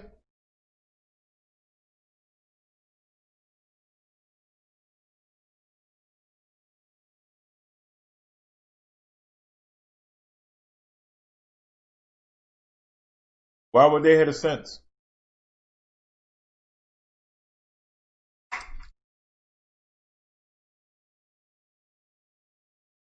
I want y'all to understand something. The story of Moses, God was banking on the fact that Pharaoh's daughter was not going to do the right thing.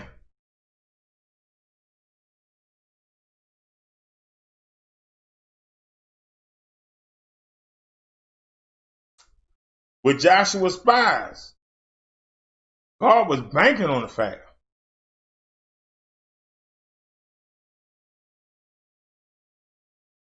that the woman wasn't going to turn the spies in.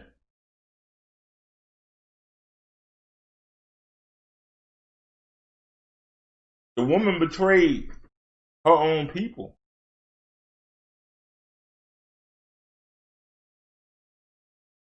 By letting the spies escape. Y'all understand?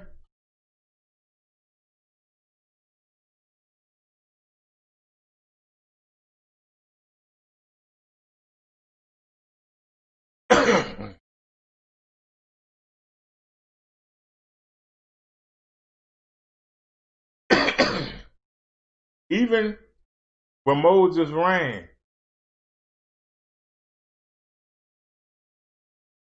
from Egypt, and he came across the sisters whose father had no sons. God was banking that one of them would try to marry Moses.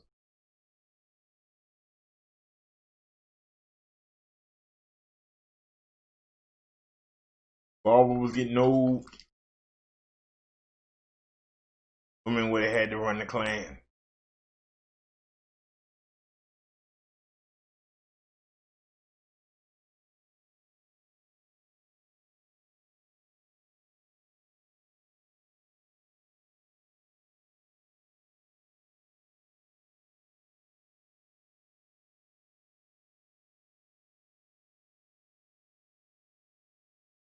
Jesus kept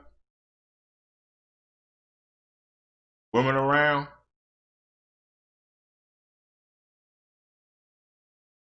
but the women had their husband's money and go pay for things. But also, the women could move better than the men could. Soldiers would stop a man. Hey, where you going? Woman go by. They ain't see woman as a threat. Yeah, woman go back and forth. All we knew it.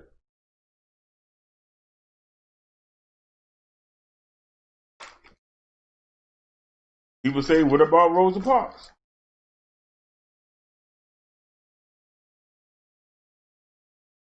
There was a girl before Rosa Parks. They knew that woman was the way to go. Because white folk can kill a man in a minute, kill a black man in a second. But they won't do that with a black woman.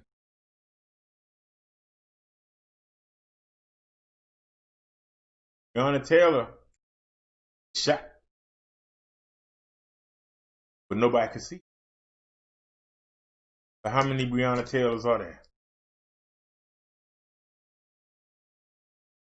Every black woman shot by cops, like 50 men, 100.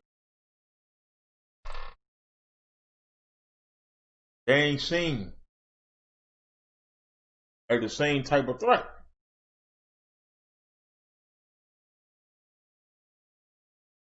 Somebody will say, well,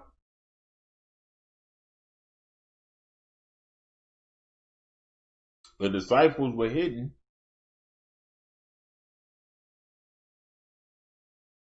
There was a woman out there walking around. Nobody looking for a woman. They looking for his disciples. They ain't looking for no women.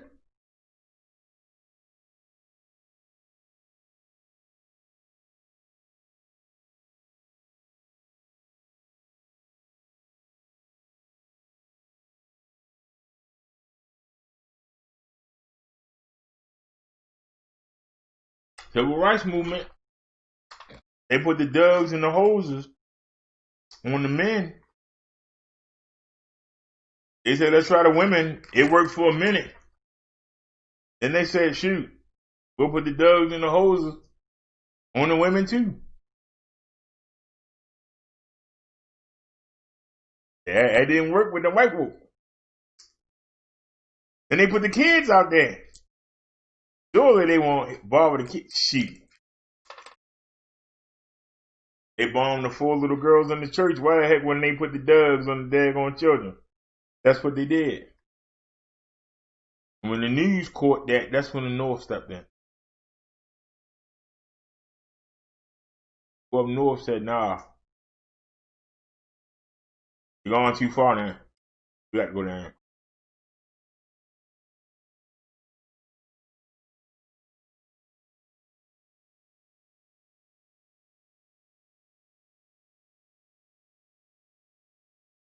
Black Wall Street and Black Oklahoma. What was the excuse for the white folk to tie him down? White woman said, black man tried to flirt with her. That's the excuse. Emmett Till, white woman said, I flirt with her. And went off, had cop to investigate.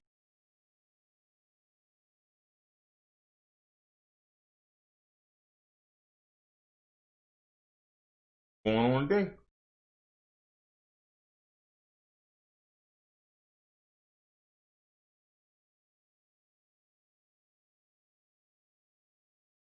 It ain't happening on this channel.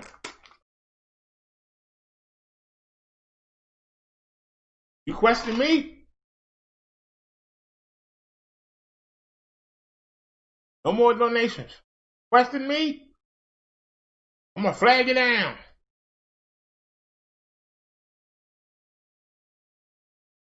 Question me? I'm gonna get the FBI on you.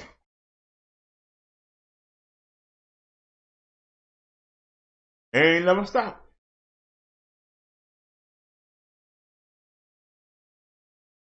It ain't never stop.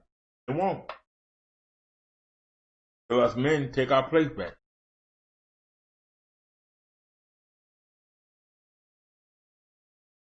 You fathers have the ultimate decision in their daughter's marriage.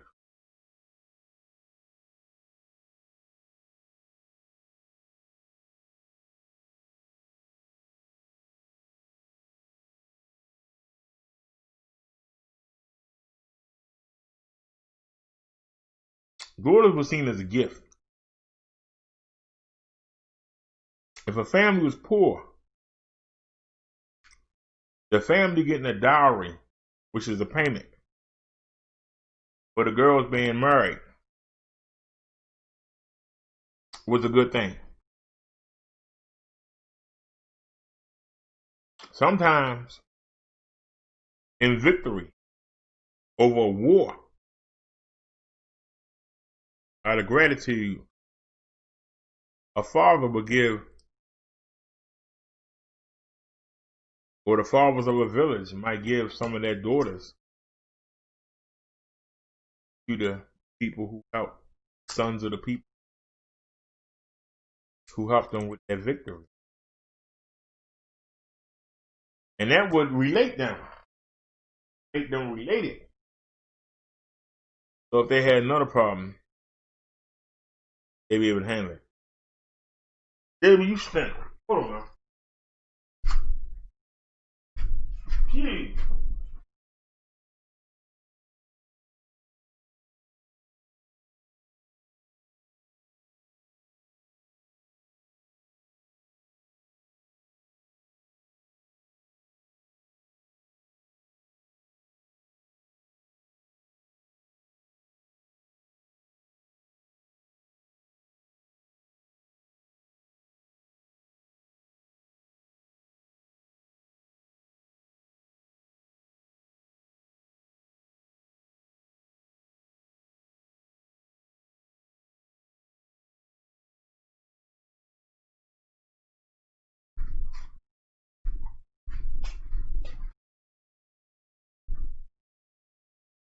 All right, sorry about that, y'all. I went in an instant, got me some ice water. I was gonna do the sermon and then go to the market, but I'll go in the morning. Oh, Lord.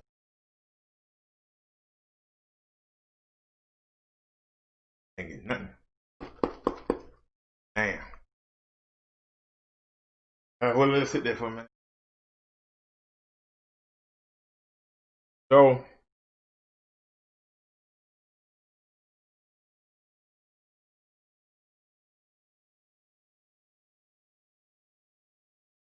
I don't believe women should pick their husbands because women are not good pickers.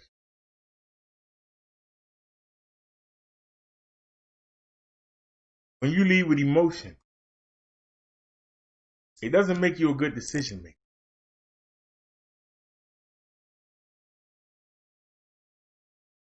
Somebody can tell you that guy ain't no good. Women don't have the, you know what you say makes sense. You're not going to be a good father to my kids. You're not even going to be a good provider. I'm not going to mess with them. They don't say that. They say, well, you know, I can change him. He ain't that bad. I can work with him.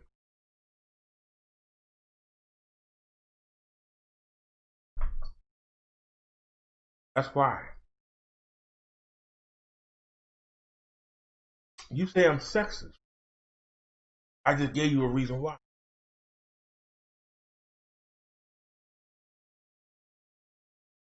I'm bashing women. I just gave you a reason.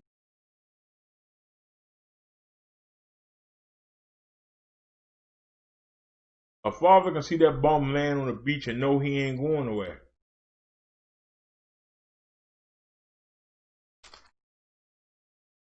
A woman see that same bum on the beach and say, oh, well, look at them shoulders. Look at that head. Look at them abs. I'm sure I can make it. That's why they shouldn't. They don't know how to pick.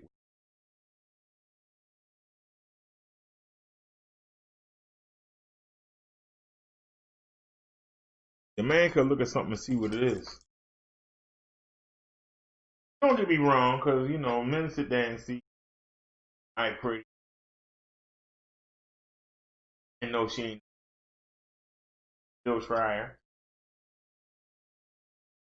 But the man will say, you know what? Damn, she ain't no good. Keep moving. But women don't.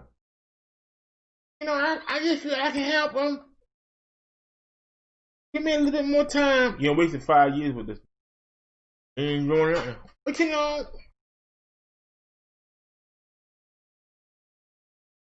men don't get pregnant. Women get pregnant.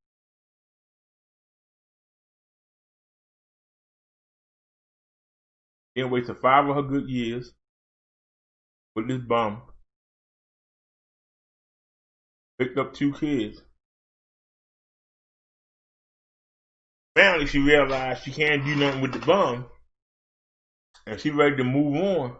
Now, she got 2 kids.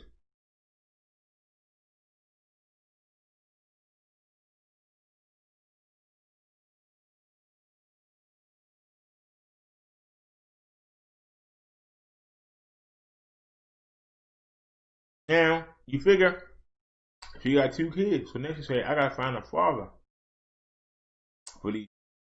Nope. You go find another bum.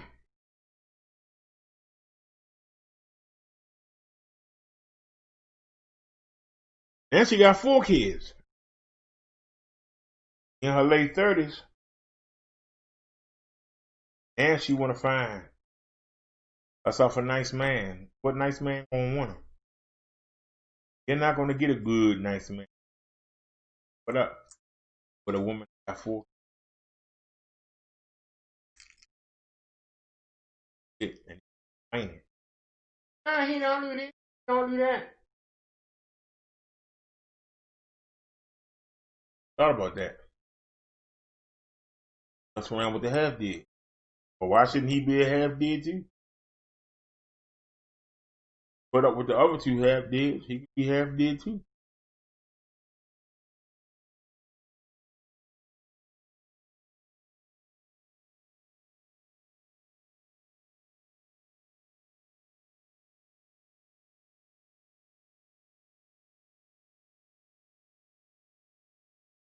Although I find no place in the Bible that commands daughters to follow the will of their fathers in marriage, it seems to be assumed throughout the Bible that this is the case. The question is whether this is a direct command for today or whether it is only an honored custom of the Bible times that are still followed older cultures world today. I think it would be wise to look at some of the passages, try to draw some same conclusions from them.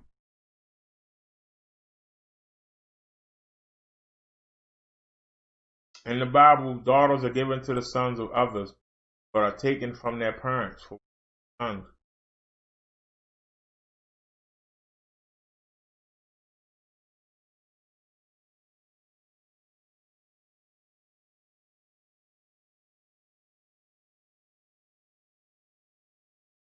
And make ye marriages with us, and give your daughters unto us, and take our daughters unto you.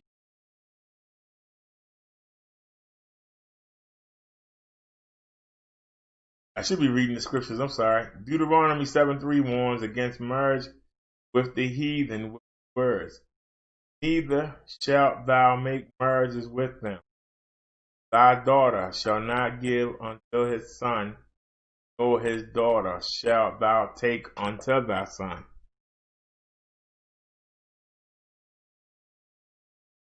Similar wording is found in other places. The daughters were either given to the son of a family or were taken from another family for one's own son.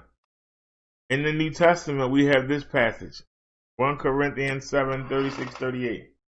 But if any man think that he behave himself uncomely toward his virgin, if she pass the flower of her age, and need so require, let him do what he will. He sinneth not, let them marry. Nevertheless, that he standeth steadfast in his heart, having no necessity, but hath no power of his own will, hath so decreed his heart, that he will keep his virgin doeth well. So then, he that giveth her in marriage do well, but he who giveth her not in marriage do even better.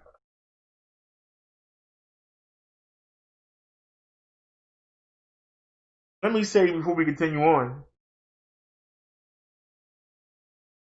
Paul says it's better to not be married. If you become married, your intention, your full focus is not on God, but it's on your new wife. Then your focus is split even further by being on your that might come in the relationship. So actually, you might put God on the back burner. That's not what you want. So he's saying if you can hold out and not get married, men or women, that's even better. Serving God. But if you cannot control yourself, if you got to have something, then it's better for you to be married than it is burning hell for evil thoughts, wicked thoughts about what you would do if you did have somebody, or going and trying to get prostitutes, trying to sleep, eating. Better get married with legit. Go to hell. Other thing. Let's see what he said. Some interpret this as a referring to a man's behavior toward the one he wants to marry. However, verse 38 shows that this passage is referring to a father giving his daughter in marriage. The desire of a father that his daughter marry was strong in Bible times. Paul was advising against marriages because of the persecution the Christians were facing. He was not speaking against marriage for all times. He was not even forbidding it in times of persecution. His advice was in the context of this phrase. I suppose, therefore, that this is good for the present distress. 1 Corinthians 7:6. He was not advocating perpetual virginity for all times. The question is, where do we go with this information? It's clear that daughters were given in marriage by the fathers. Evidently, it was considered important to watch over them in order to protect and guide them in their choice of a husband. However, although children, both sons and daughters, are commanded to honor and obey their parents, there does not seem to be a command anywhere in the scripture that daughters must in all cases follow the will of the father. I, for one, have certainly seen practice. In America, there are those who teach their children at home did this with our children. Some homeschooling groups have emphasized the importance of the parents controlling the marriage decisions of their children. Fortunately, some have taken this way overboard. I have known fathers to give applications of many pages long to prospective son-in-laws. I have also seen them try to force the young man to jump through various hoops in order to prove himself worthy of the daughter. Some of the demands have been so humiliating that the father is actually asking the young man to fail to be much of a man in order to marry his daughter. That is not right. Here's my conclusion. It is important for the father to be a strong part of his daughter's decision in marriage. He should guide her and warn her of things he sees that she may not understand. If he refuses to give his blessing on a marriage and he has developed a close relationship with his daughter over the years, it might keep her from falling into a trap of the devil. However, this is not an ownership type of control. Fathers are not the Lord over their daughters and their future. They should work together, seek the will of the Lord. Now, if the culture has a practice of parents arranging the marriage of the children, that is fine. This is certainly the normal practice in Scripture. However, if it's not part of the culture, then a softer approach should be taken. The father should lead, but not dictate absolutely. Only if he clearly sees danger ahead that he refuse to give his blessing. Then if the daughter marries anyway, as is often the case, he should love her and her family, even though they married against his will.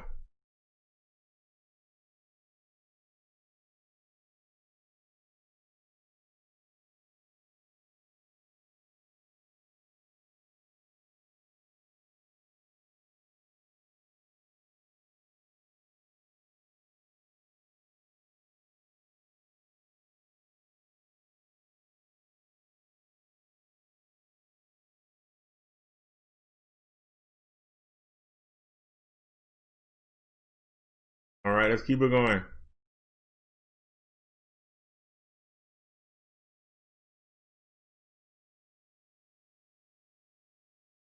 But women treated like chattel in the Old Testament. I don't want this, man. All right, whatever.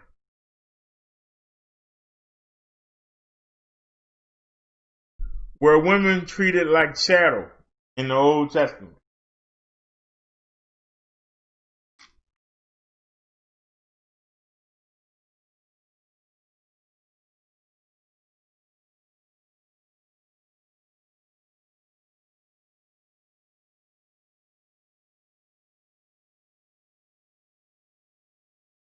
Let me blow this up. Y'all can see it. Oh, it's already blowed up. Real?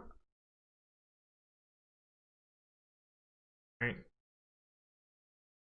If you ever spend time talking with skeptics about the Bible, they more than likely brought up Old Testament laws that appear out of step with our modern ideals. For example, many suggested the Bible treats women like chattel property and promotes misogyny. Then they'll quote verses that appear on the surface to make women out to be second-class citizens. Does the Bible really promote the idea that women are no better than chattel? The Scripture declared women as the inferior gender.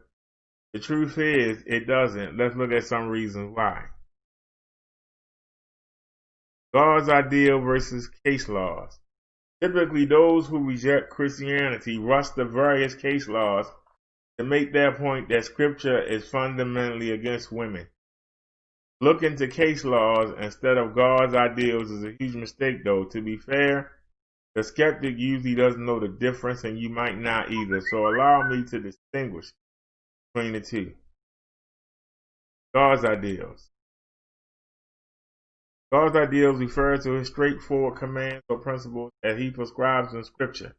That is, these ideas reflect God's heart on the matter and are universal in scope. Let me give you a few examples with respect to women. God created man in his own image. In the image of God, he created him.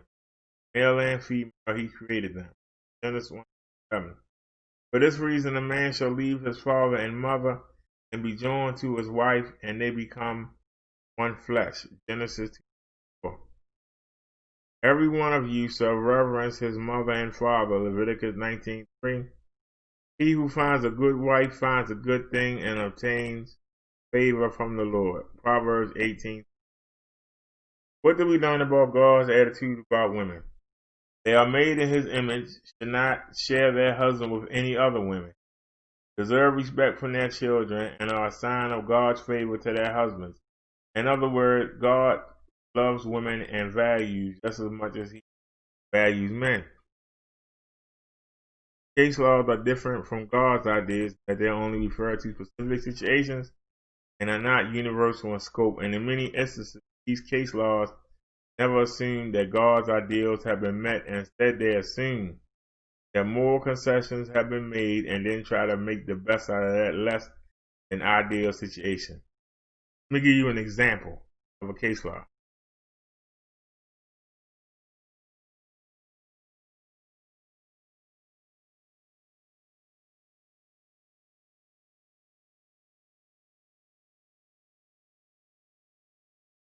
Alright, if a man has two wives, the one loved and the other unloved, and both the loved and the unloved have borne him sons, if the firstborn son belongs to the unloved, then there shall be in the day that he wills what he has to his sons. He cannot make the son of the loved the firstborn before the son of the unloved, who was the firstborn. But he shall acknowledge the firstborn, son of the unloved, by giving him a double portion of all that he has, for he is the beginning of his strength. To him belongs the right of the firstborn.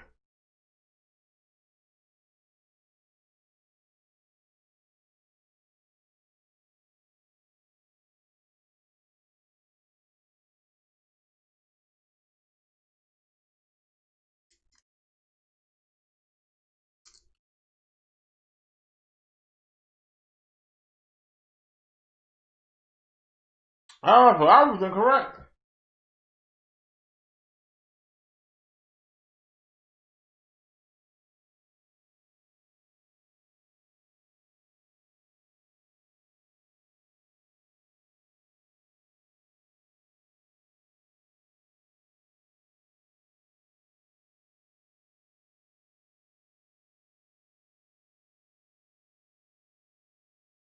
So I was incorrect.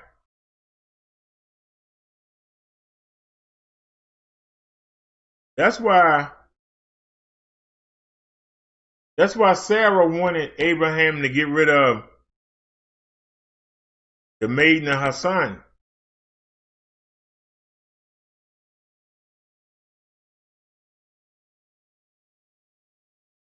That's why she wanted him out of there.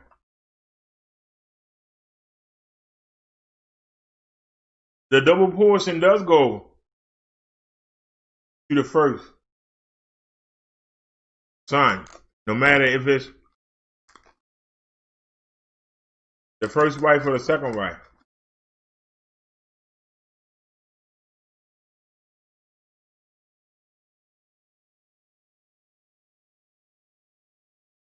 I stand corrected on that. Notice that this case law refers to a polygamous situation. If a man has two wives, in other words, this man has disregarded God's ideal for monogamous marriage. Now that the deed is done, how should Israel make the best of this situation? You might say he should divorce one of his wives to get back to a monogamous marriage, but which one? And once she's divorced, will anyone want to marry her since she's no longer a virgin? Furthermore, how will she provide for herself? As you can see, it's not so simple. Instead, for the sake of women's protection, God says for everyone to stay put. In this particular case law, God says the firstborn child, regardless of whether he comes from the favorite wife or not, should receive the firstborn inheritance. This is not ideal. Polygamy is always wrong, more on that later, but now, as the man has already violated God's ideals, the law attempts to make the best out of an already messy situation.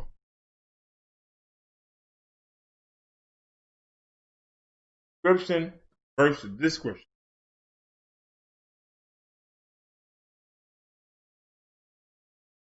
Another reason people assume the Bible is misogynistic is because they don't distinguish between descriptive and prescriptive text. As with case laws, people will understand God's heart on the matter, or misunderstand God's heart on the matter if they don't understand what kind of text they're reading.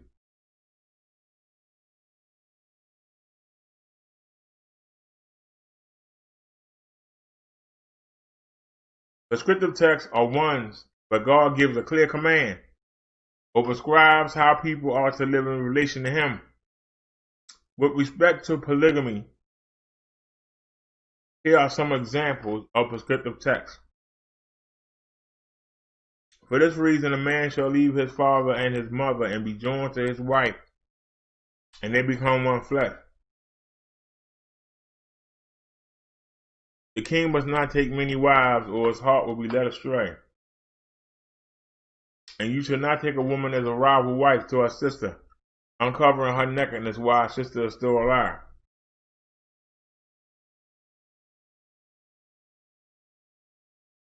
Again, God's ideal that He clearly prescribes is that a man must marry only one wife.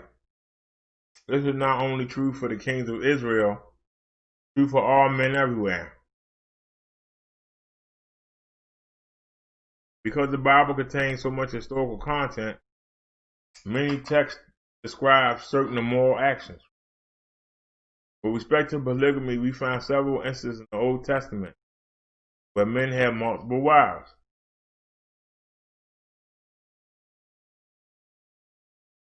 This would seem to purport the notion that Scripture promotes treating women like chattel, but that would be a mistake. This would be a mistake because the Bible never prescribes polygamous relationships.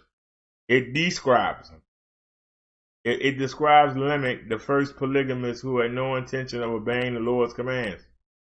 Scripture describes Jacob, David, Solomon, and others who disregarded God's prescribed law. All the while in each case where men ignored God's prescribed ideal, we witness disharmony, strife, and pain. In short, just because we read about men treating women like chattel doesn't mean that's how God feels about them. God made women in His image and loves them as He loves men. What about the bride price? When skeptics talk about the Old Testament bride price, they make it sound equivalent to buying a mule, chattel, at a public auction. In reality, it reflected no such thing. The bride price was the payment that the groom's father made to the wife's father and signified that the groom had serious intentions to marry his bride. That is, he wasn't entering the relationship lightly. This payment not only strengthened the relations between families, but it also provided compensation for work the woman would have otherwise contributed to her family. Additionally, the payment served as a safety net for the family if the husband ever died or lost his ability to provide financially. Here's an example of the case law that speaks to the bride price. If a man seduces a virgin who is not engaged and lies with her, he must pay a dowry for her to be his wife. If her father absolutely refuses to give her to him, he shall pay money equal to the dowry for virgins. Again, here's an example of a less than ideal situation case law, but notice that this law blames the man, not the woman. The man seduced the virgin, and because of that, the law says he needs to pay up with the bride price.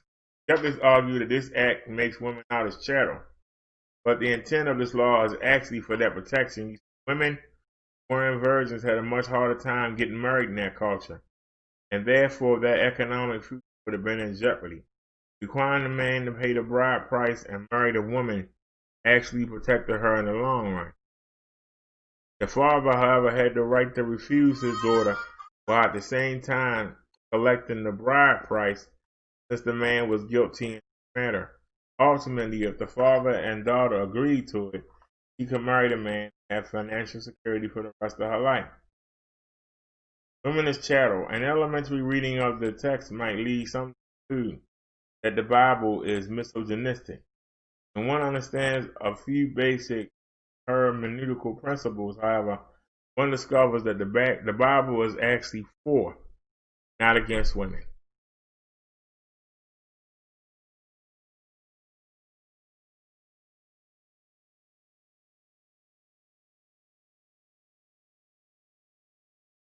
All right. Anybody have any comments?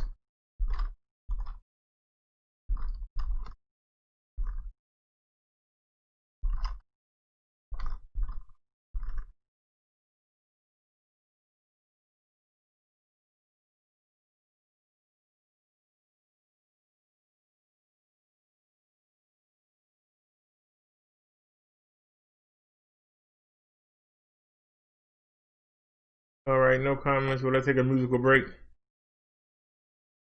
Welcome to the Sunday sermon, everyone. This is Brother Derrick, Minister Brother Derrick. And, you know, I want to come to you. And I want to tell you things that you can use, and things that it can use to have a connection with Jesus and God. So I wrote this, so I hope y'all enjoy it. So let's get to it. St. John wrote that Satan accuses us believers before God day and night. The Lord depends on us to do what is right. But our flesh is not tough enough to stay alone. We lean on Jesus for that with all our power. See, if you're slack, you're vulnerable to attack. In many ways, men today are slaves to the greediness of his flesh. Money, women, and cars. Sports, pornography, and bars. But these are the things that God hates. So he separates and chastises us until we change our ways, humble ourselves and pray. Remember, the house on the hill, they can't take it with you. That caddy with the grill, you can't take it with you. Those $1 bills, you can't take it with you. Only your heart, your thoughts, and your attitude will prove your place in heaven or the prize of hell. I wish you peace, and I wish you well.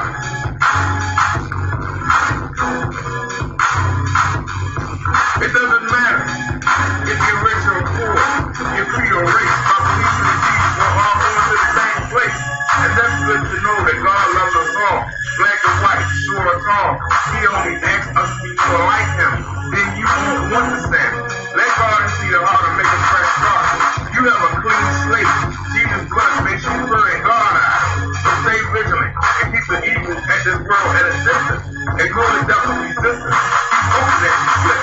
He chips away at your faith and strips away from God's grace. So bring the Jesus and still mediate on your behalf. The devil has many demons on his staff. Scouting, shouting things in your ear. Chipping away at your self-esteem while you daydream. So be alert. Then go to the Father and tell Satan and his armies, man, don't even bother. But I say this. That house on the hill, you can't take it with you. That caddy with the grill, you can't take it with you. Those $1 bills, you can't take it with you. Only your heart, your thoughts, and your attitude will prove your place in heaven or the prize of hell. I wish you peace. I wish you well. It doesn't matter if you're rich or poor, your creed or race. By believing in Jesus, we're all going to the same place. People are talking about struggling, saying life is hard, rough, you got to be tough. But there's nothing harder than standing up to God. Evil is rampant. Even in our nation today, morality is gone. That's why our society says, no right or wrong. Fulfill your wants. Go along with the crowd or feel the wrath of that tongue. This country's going to hell in a basket, no attachment. And if you think you're labeled a fanatic, a Bible quoting, scripture quoting do-gooder, who's living in a fantasy world, waiting for a heaven that never comes, but God's will be done. You can't stop it. You're on the wrong side. Swallow your pride and humble yourself. Ignore the tracks of this world. Study the word and let the knowledge absorb. Because I'm telling you, that house on the hill, you can't take it with you. That caddy with the grill, you can't take it with you. Those $1 bills, you can't take it with you. Only your heart and your thoughts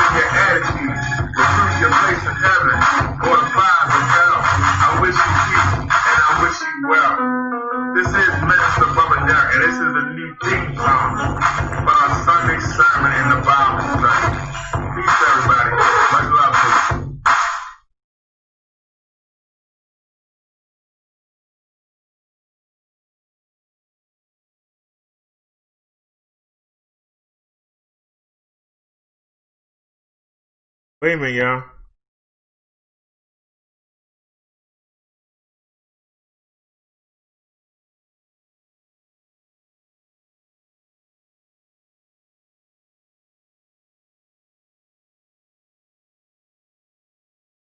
Getting there.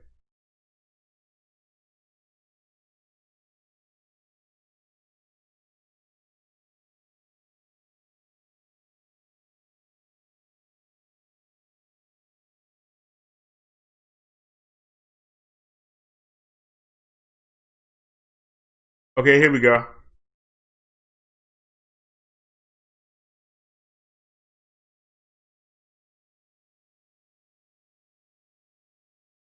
Hey. Oh, no. No. Uh-oh. Sorry, y'all. I got so many of these clips, I can't find where I start at.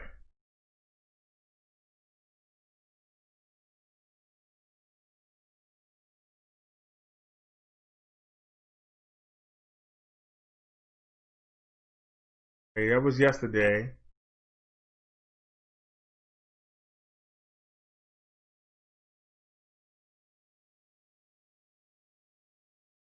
All right, I think we start here. Okay.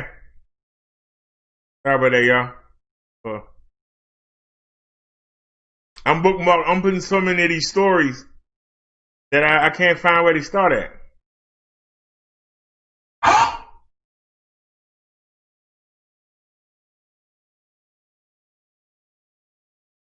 Absolutely anything is possible in the year 2020. The governor of New York, Andrew Cuomo, is coming out with a new book bragging about how he responded to the coronavirus. Well, joining us now is Janice Dean. She's our senior meteorologist. You really going to do that to us? Sadly, her in-laws died in nursing homes in New York State because of the policies that Andrew Cuomo backed. We should also say that Janice Dean is one of the most honest people we know, and therefore one of our favorite guests. Happy to have her on tonight. Janice, thanks for coming on. I'm just going to throw it to you. What's your response to this book? I couldn't believe it when I found out just a couple of months ago that he had time to write a book in the middle of a pandemic. I mean, what governor would have time to do that? I mean, it's incredible. I actually thought it was a satire from the Babylon Bee when I saw that he was writing a book about his leadership, taking a victory lap for flattening the curve that had my in-laws on it. He has lost more people in New York from coronavirus on his watch than any other state. Over 33,000 people have died, and including my in-laws, we still don't have the actual total number of deaths from seniors getting COVID in their assisted living facilities or their elder care facilities, because his representative, his nursing home representative, his health commissioner will not give us the accurate totals of those that died in hospitals, like my mother-in-law. So there are all these unanswered questions that we have about his leadership that he has not answered in his so-called book. Did you expect him to apologize? Sincere question. I'm not sure. Up until this point, he hasn't apologized. I think in the very beginning, Tucker, if he had taken some accountability and said, I was trying to save some of the hospital beds for the patients that we needed, and that's why I made that mistake of putting COVID-positive patients into nursing homes for 46 days, by the way. If he had done that in the very beginning, but he never has, and by the way, he's blamed everyone else except the person that signed the executive order, Andrew Cuomo. It was in effect for 46 days. He's blamed God and Mother Nature and the President and the CDC and the New York Post and Fox News. He's blamed everyone except the person that signed the mandate, the order putting those COVID-positive patients into nursing homes. That's what gets my blood boiling. He still refuses to acknowledge that. The other day in one of the interviews, he actually said, we didn't need to put COVID-positive patients into nursing homes. And I screamed. It just makes our grief even worse, Tucker. I couldn't agree more. You know, all of us make mistakes. We made mistakes on this show. But you know a man's character by their reaction next. People who blame others and don't apologize for their mistakes, it's the lowest. And I'm sorry that you had to suffer the consequences of your family. Janice Dean, thank you for joining us tonight. I appreciate it. All right, let's keep it going.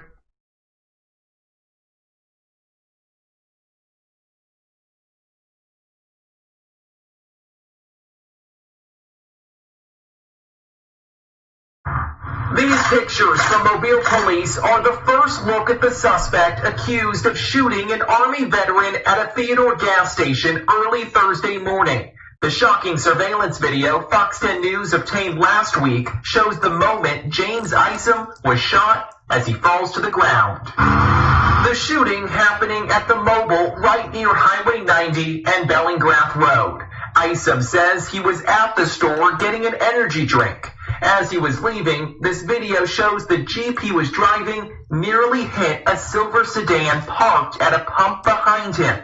That's when Isom says words were exchanged, and the shooting suspect police are looking for appears to be the same man seen in this video talking to him. Isom says he then drove off. The silver sedan followed. Near one of the exits, Isom says he got out of his Jeep and was shot. Days after the shooting, Isom remains in the hospital.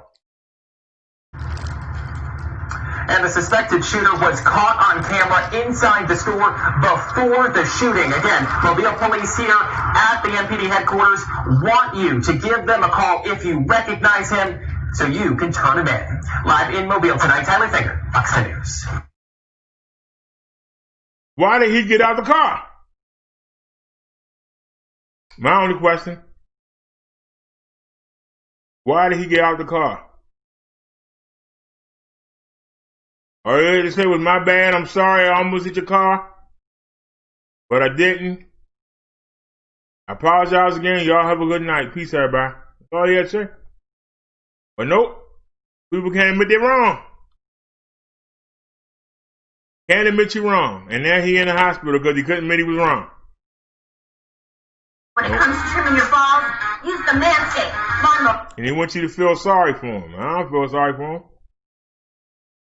Police are asking for the public's help to track down a person of interest in a murder case. Investigators say 25-year-old Sheila Camarena is wanted in connection with the shooting of a man in the Talmadge area last month. Police did not say if she is the suspect in this crime, but did warn that she could be armed and dangerous. Well, today, authorities also identified the victim as 33-year-old Michael Favre. Officers found Favre with serious injuries to his upper body on the morning of September 18th. He later died at the hospital. Anyone with information is asked to call Crimestoppers.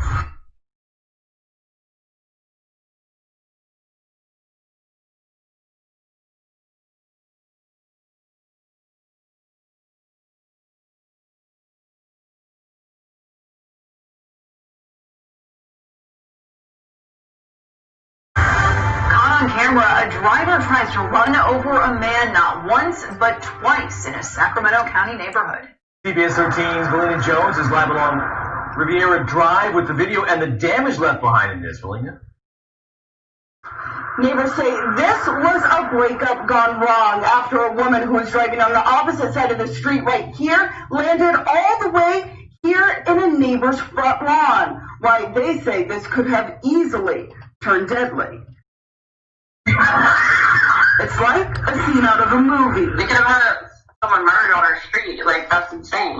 Keep your eye on the green SUV. The driver first goes off-roading on someone's lawn on La Riviera Drive, barely missing a man on the sidewalk who appears to throw something at the car. The driver circles around a second time. Revving the engine, the SUV drives straight towards the man. You could tell they were fighting, and she was screaming at him, and he said, "I'm breaking up with you." The car almost hits him as the man barely gets out of the way in time as the driver jumps the curb, slamming into a fence and speeds away. The homeowner, who does not want to be identified, says her 76-year-old grandpa watched the action unfold from his window. He looked up and he saw the screaming and like the car swerving around. And when he saw the video and he saw the fence, he was just really upset. Just another thing to worry about, I guess, during this year. That was definitely intended for damage, and that's alarming of itself. The mangled iron fence causing neighbors to rethink family time outside. It's alarming, having kids outside, it pretty much eliminates or wishes to have them outside. I'd rather just, if I can, go to the park. Both driver and the man who appears to have been targeted left in opposite directions, leaving neighbors to deal with the mess. Something needs to happen to her. She needs to go to jail. She needs to pay for what she was doing, especially trying to run over somebody. That's crazy. Now, neighbors have filed a report with CHP. They say they don't want to foot the bill for this damage and are hoping that anyone that sees this video will be able to identify the vehicle. Hey.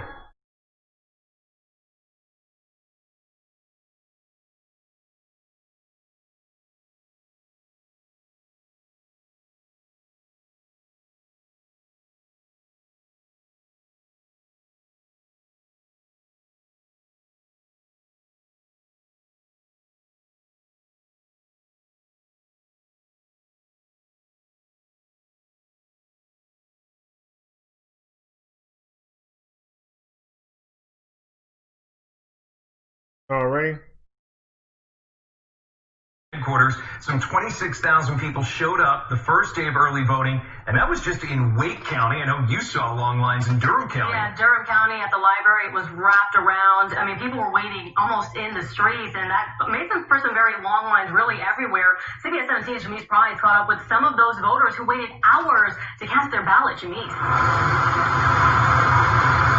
Yeah, Liz, the big question this morning, will we see those big turnouts today because of this weather? Is expected to rain pretty much all day, and that could impact voter turnout on today, the second day of early voting. But as you mentioned, we were out there on the first day of early voting, and we saw those long lines, and we saw how those election officials made sure that safety was a top priority. Now, at all 20 of Wake County early voting sites, they were packed. Folks started showing up before sunrise to vote, and social distancing was in full effect. They had the tape on the sidewalk to serve as a reminder of standing 6 feet apart. Also, election officials only let in about 3 voters at a time. Now, despite the wait, this was still a special time for a lot of people I met. I met folks who voted for the very first time and others who have been voting pretty much all their life, including a 90-year-old woman from Raleigh. Her daughter drove from Georgia, Atlanta, Georgia, to take her to vote. She said she wanted to vote in person, and her daughter made sure it happened. So much going on, so many things happening. I just need to get here so the world can be a better place. Last night she had out her ballot looking to make sure she knew who to vote for and she'd be ready for this opportunity. Now, she also had 2 sisters who joined her to vote, 78 and 88. So that was just a special time and a tradition for their family. Early voting continues this morning at 8 o'clock here at all those 20 Wake County polling sites, including this one here on Green Road in Raleigh. Janice Price, CBS 17 News.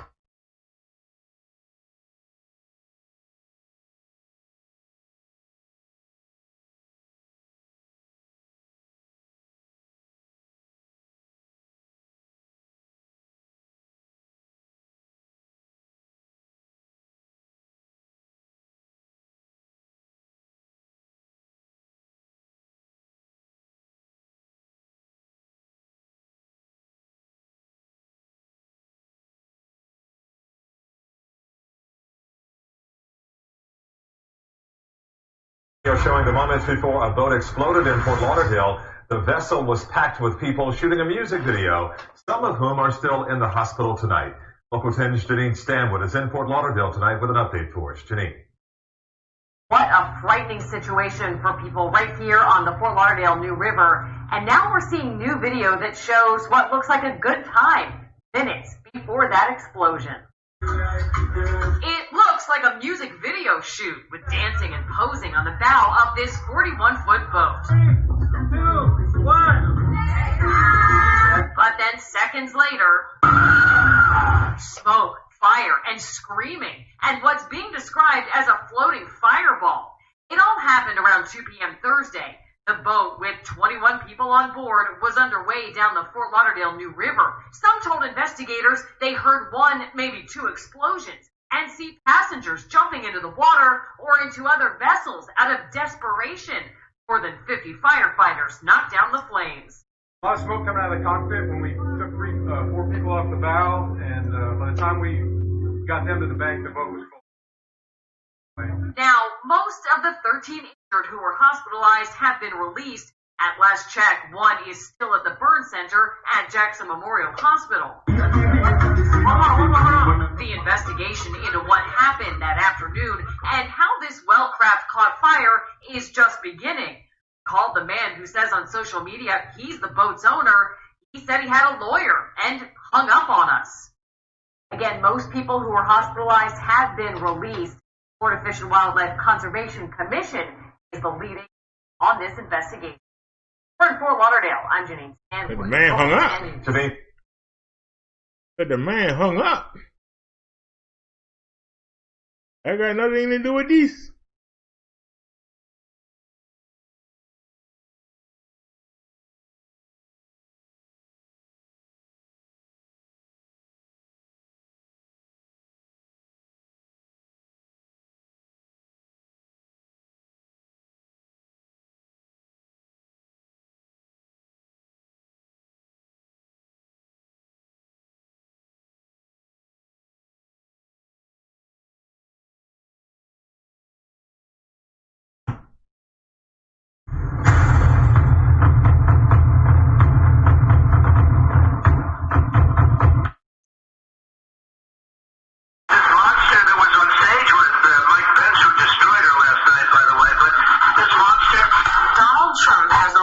history of racism. Well, I was signing off today. I would have loved to be well educated, but because I really believe they do have an actual advantage today. People are trying to figure out why isn't he giving his birth certificate. It's not a birth certificate. Oh, look at my African American over here. That he especially hates black women.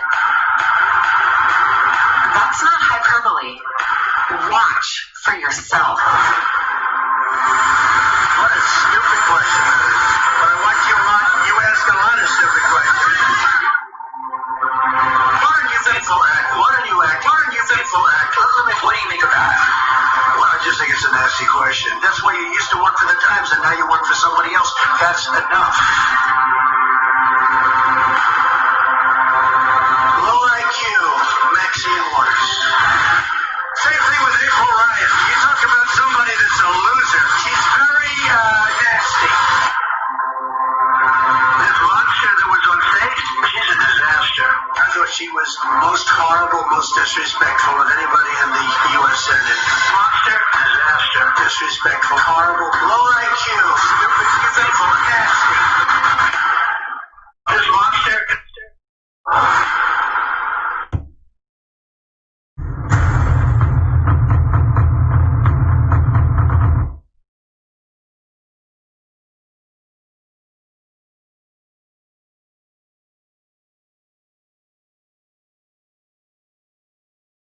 Ready to level up breakfast? Just think.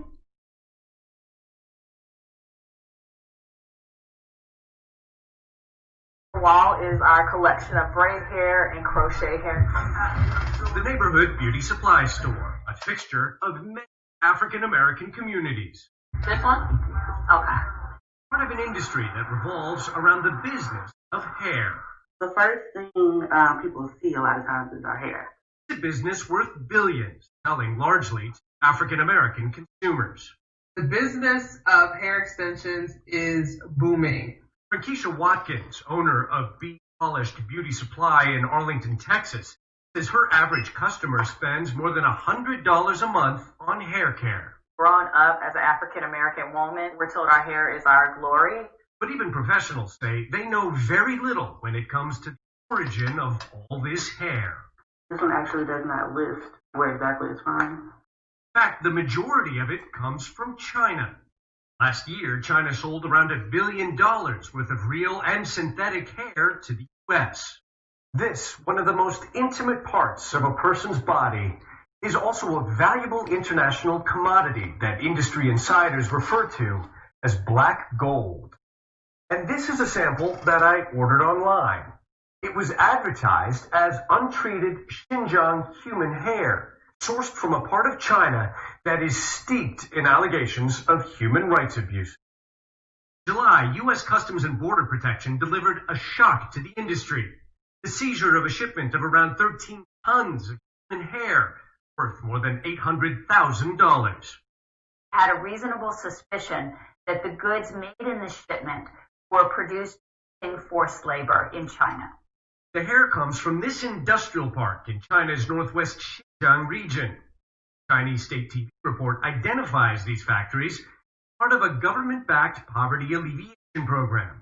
The government has offered tax incentives and cheap labor to investors in the hair factories. What it says is an effort to employ thousands of people like this man. My goal is to make one more wig every day. Similar government videos have been made about other factories in Xinjiang, like this apparel factory. But CNN spoke with a woman who worked at the apparel factory, who says the reality was very different from images shown on Chinese state TV. None of us worked there of our own free will. Gulzira Awul is an ethnic Kazakh originally from Xinjiang who emigrated to neighboring Kazakhstan. On a return trip to Xinjiang to visit her father in 2017, she says Chinese authorities detained her at the border. Told me I came from a terrorist country, cut my hair, took my blood samples. Awul says she was kept in an internment camp, in a cell with 20 to 30 people sharing a bucket for a toilet. Human rights groups and the U.S. government accused China of a massive detention campaign, rounding up more than 1 million ethnic Uyghur Muslims and members of other ethnic minorities in internment camps. Beijing calls the camps vocational training centers aimed at eradicating violent extremism. But CNN has heard firsthand testimony from survivors of these internment camps who say they were arbitrarily detained in horrific conditions for months, during torture and other indignities like having their hair chopped off. CNN's investigation has not been able to confirm what happens to this shorn hair. But Awul firsthand account supports the U.S. government accusation some Chinese exports from Xinjiang are being made with forced labor. After surviving 50 months in the camps, unable to return to her husband and child in Kazakhstan, she was ordered to work at a factory, sewing gloves that were exported to the U.S. and Europe. They told me if I refused, I would be sent back to the camp. Awul says this image from another Chinese state media report shows her at a sewing machine. The VIP delegation toured the factory.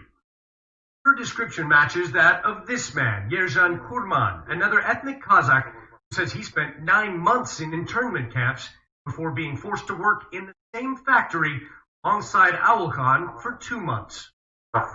We couldn't do anything without permission. Speaking from safety in Kazakhstan after their release, former detainees have a warning for Western consumers. I'm against these Chinese products. They are made through slavery. So many people were crying while making products. To try to end this alleged modern-day slavery, the U.S. government is now banning imports of some products made with suspected forced labor in Xinjiang, though U.S. officials have not provided evidence citing an ongoing criminal investigation. U.S. officials did, however, highlight this industrial park, which made the 13 tons of hair products that U.S. Customs seized over the summer, alleging the park uses workers from nearby internment camps.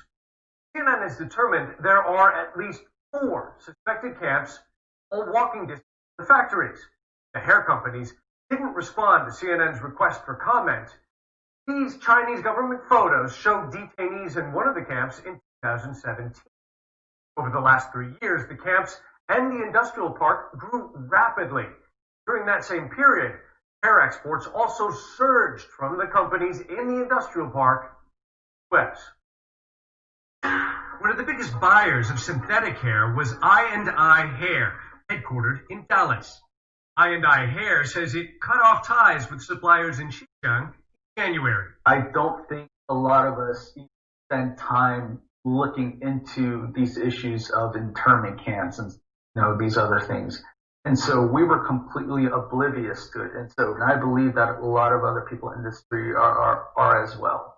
That's something the U.S. government wants to change. Our strong message is to those U.S. importers. They need to know their supply chain. stop producing goods made with forced labor. The Chinese government denounces what it calls U.S. bullying. Under the pretext of the so-called forced labor, the U.S. has taken restrictive measure against relevant Chinese companies, violates international trade rules. Those denials haven't convinced Tiffany Gill, author of the book Beauty Shop Politics. I find it particularly sad that a product that is consumed in such large quantities by African American women is produced under exploitative forced labor conditions, particularly when we think about the history of African Americans. Stylist Michaela Lowe Davis, who crafts what she calls women's crowns, says it's time her industry wakes up to what's going on half a world away. There should be a wake-up call and more education as well as far as where the hair comes from. Because I definitely don't want it to come from slave labor or anything like that. Ivan Watson, CNN.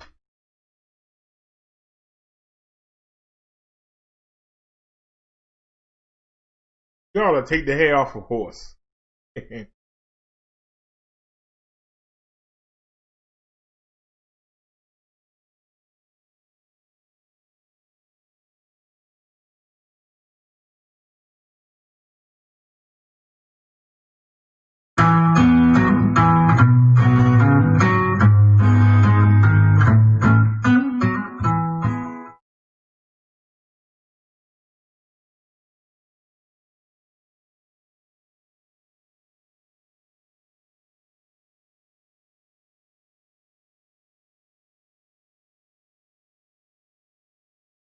Hi everyone, thank you for watching. I'm Antasia, also known as more Antasia here on YouTube.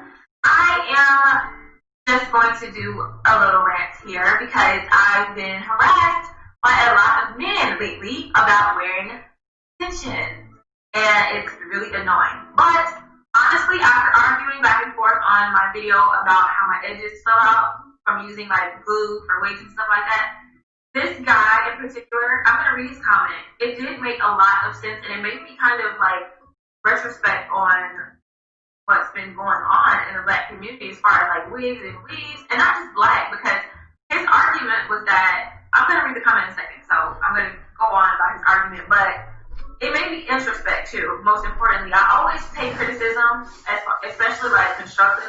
I actually try to take stuff in and like, if it's valid or not, or if I should even but for instance, like a lot of you automatically assume like I'm wearing a head full of hair. This is actually a wig from my hair company. You guys automatically assume that I hate myself. I wear makeup. I hate my skin. I wear weave, so I must not have any hair. I'm bald headed or something like that. And it's like, no.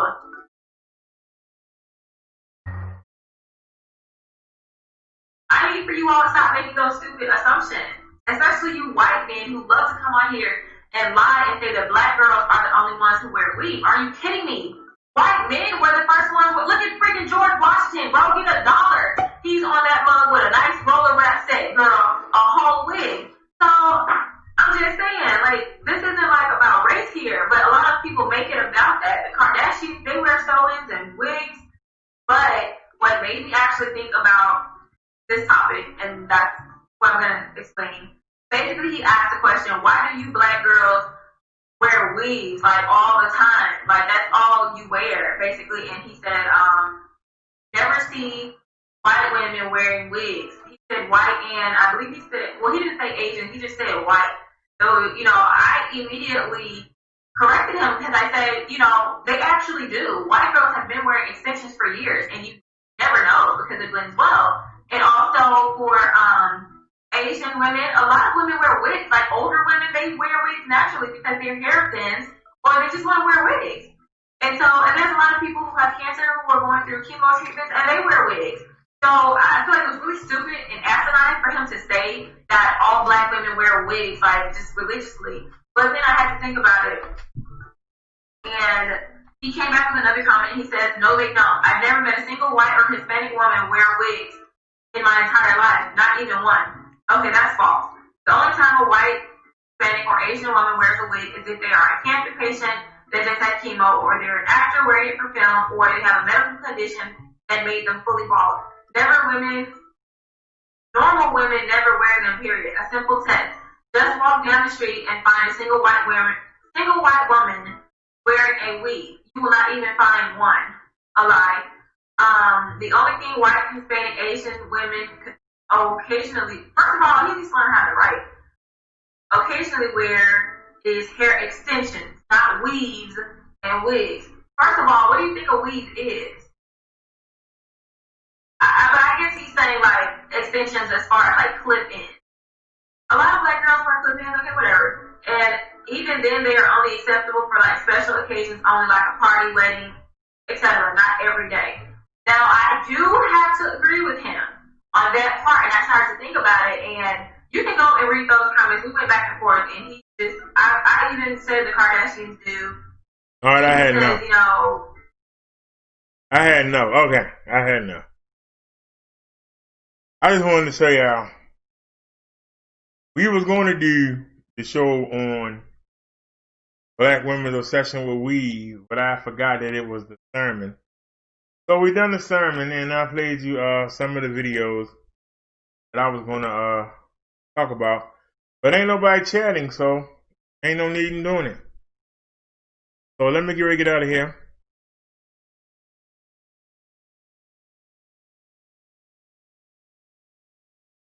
Y'all have a great night.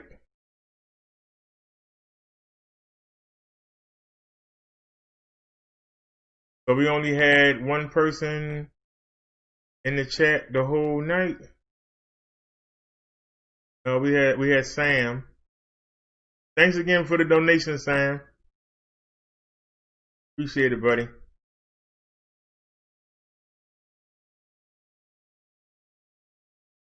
And I hope y'all enjoyed the show. Y'all have a great night, and I will see y'all later on. I'm going to put the wrestling on. I'm going to cook me some chicken legs. And then I'm going to lay down. And when I get up, I'm going to go to the store. So I'll see y'all then. So be looking for me in the morning. I'll see y'all then. Y'all have a great night. Thanks for watching. And don't forget, with all the things that we show, you might like what I say, you might not like what I say. Take some time to talk to each other before you go. Nothing else. Y'all have a great night, and I will see you.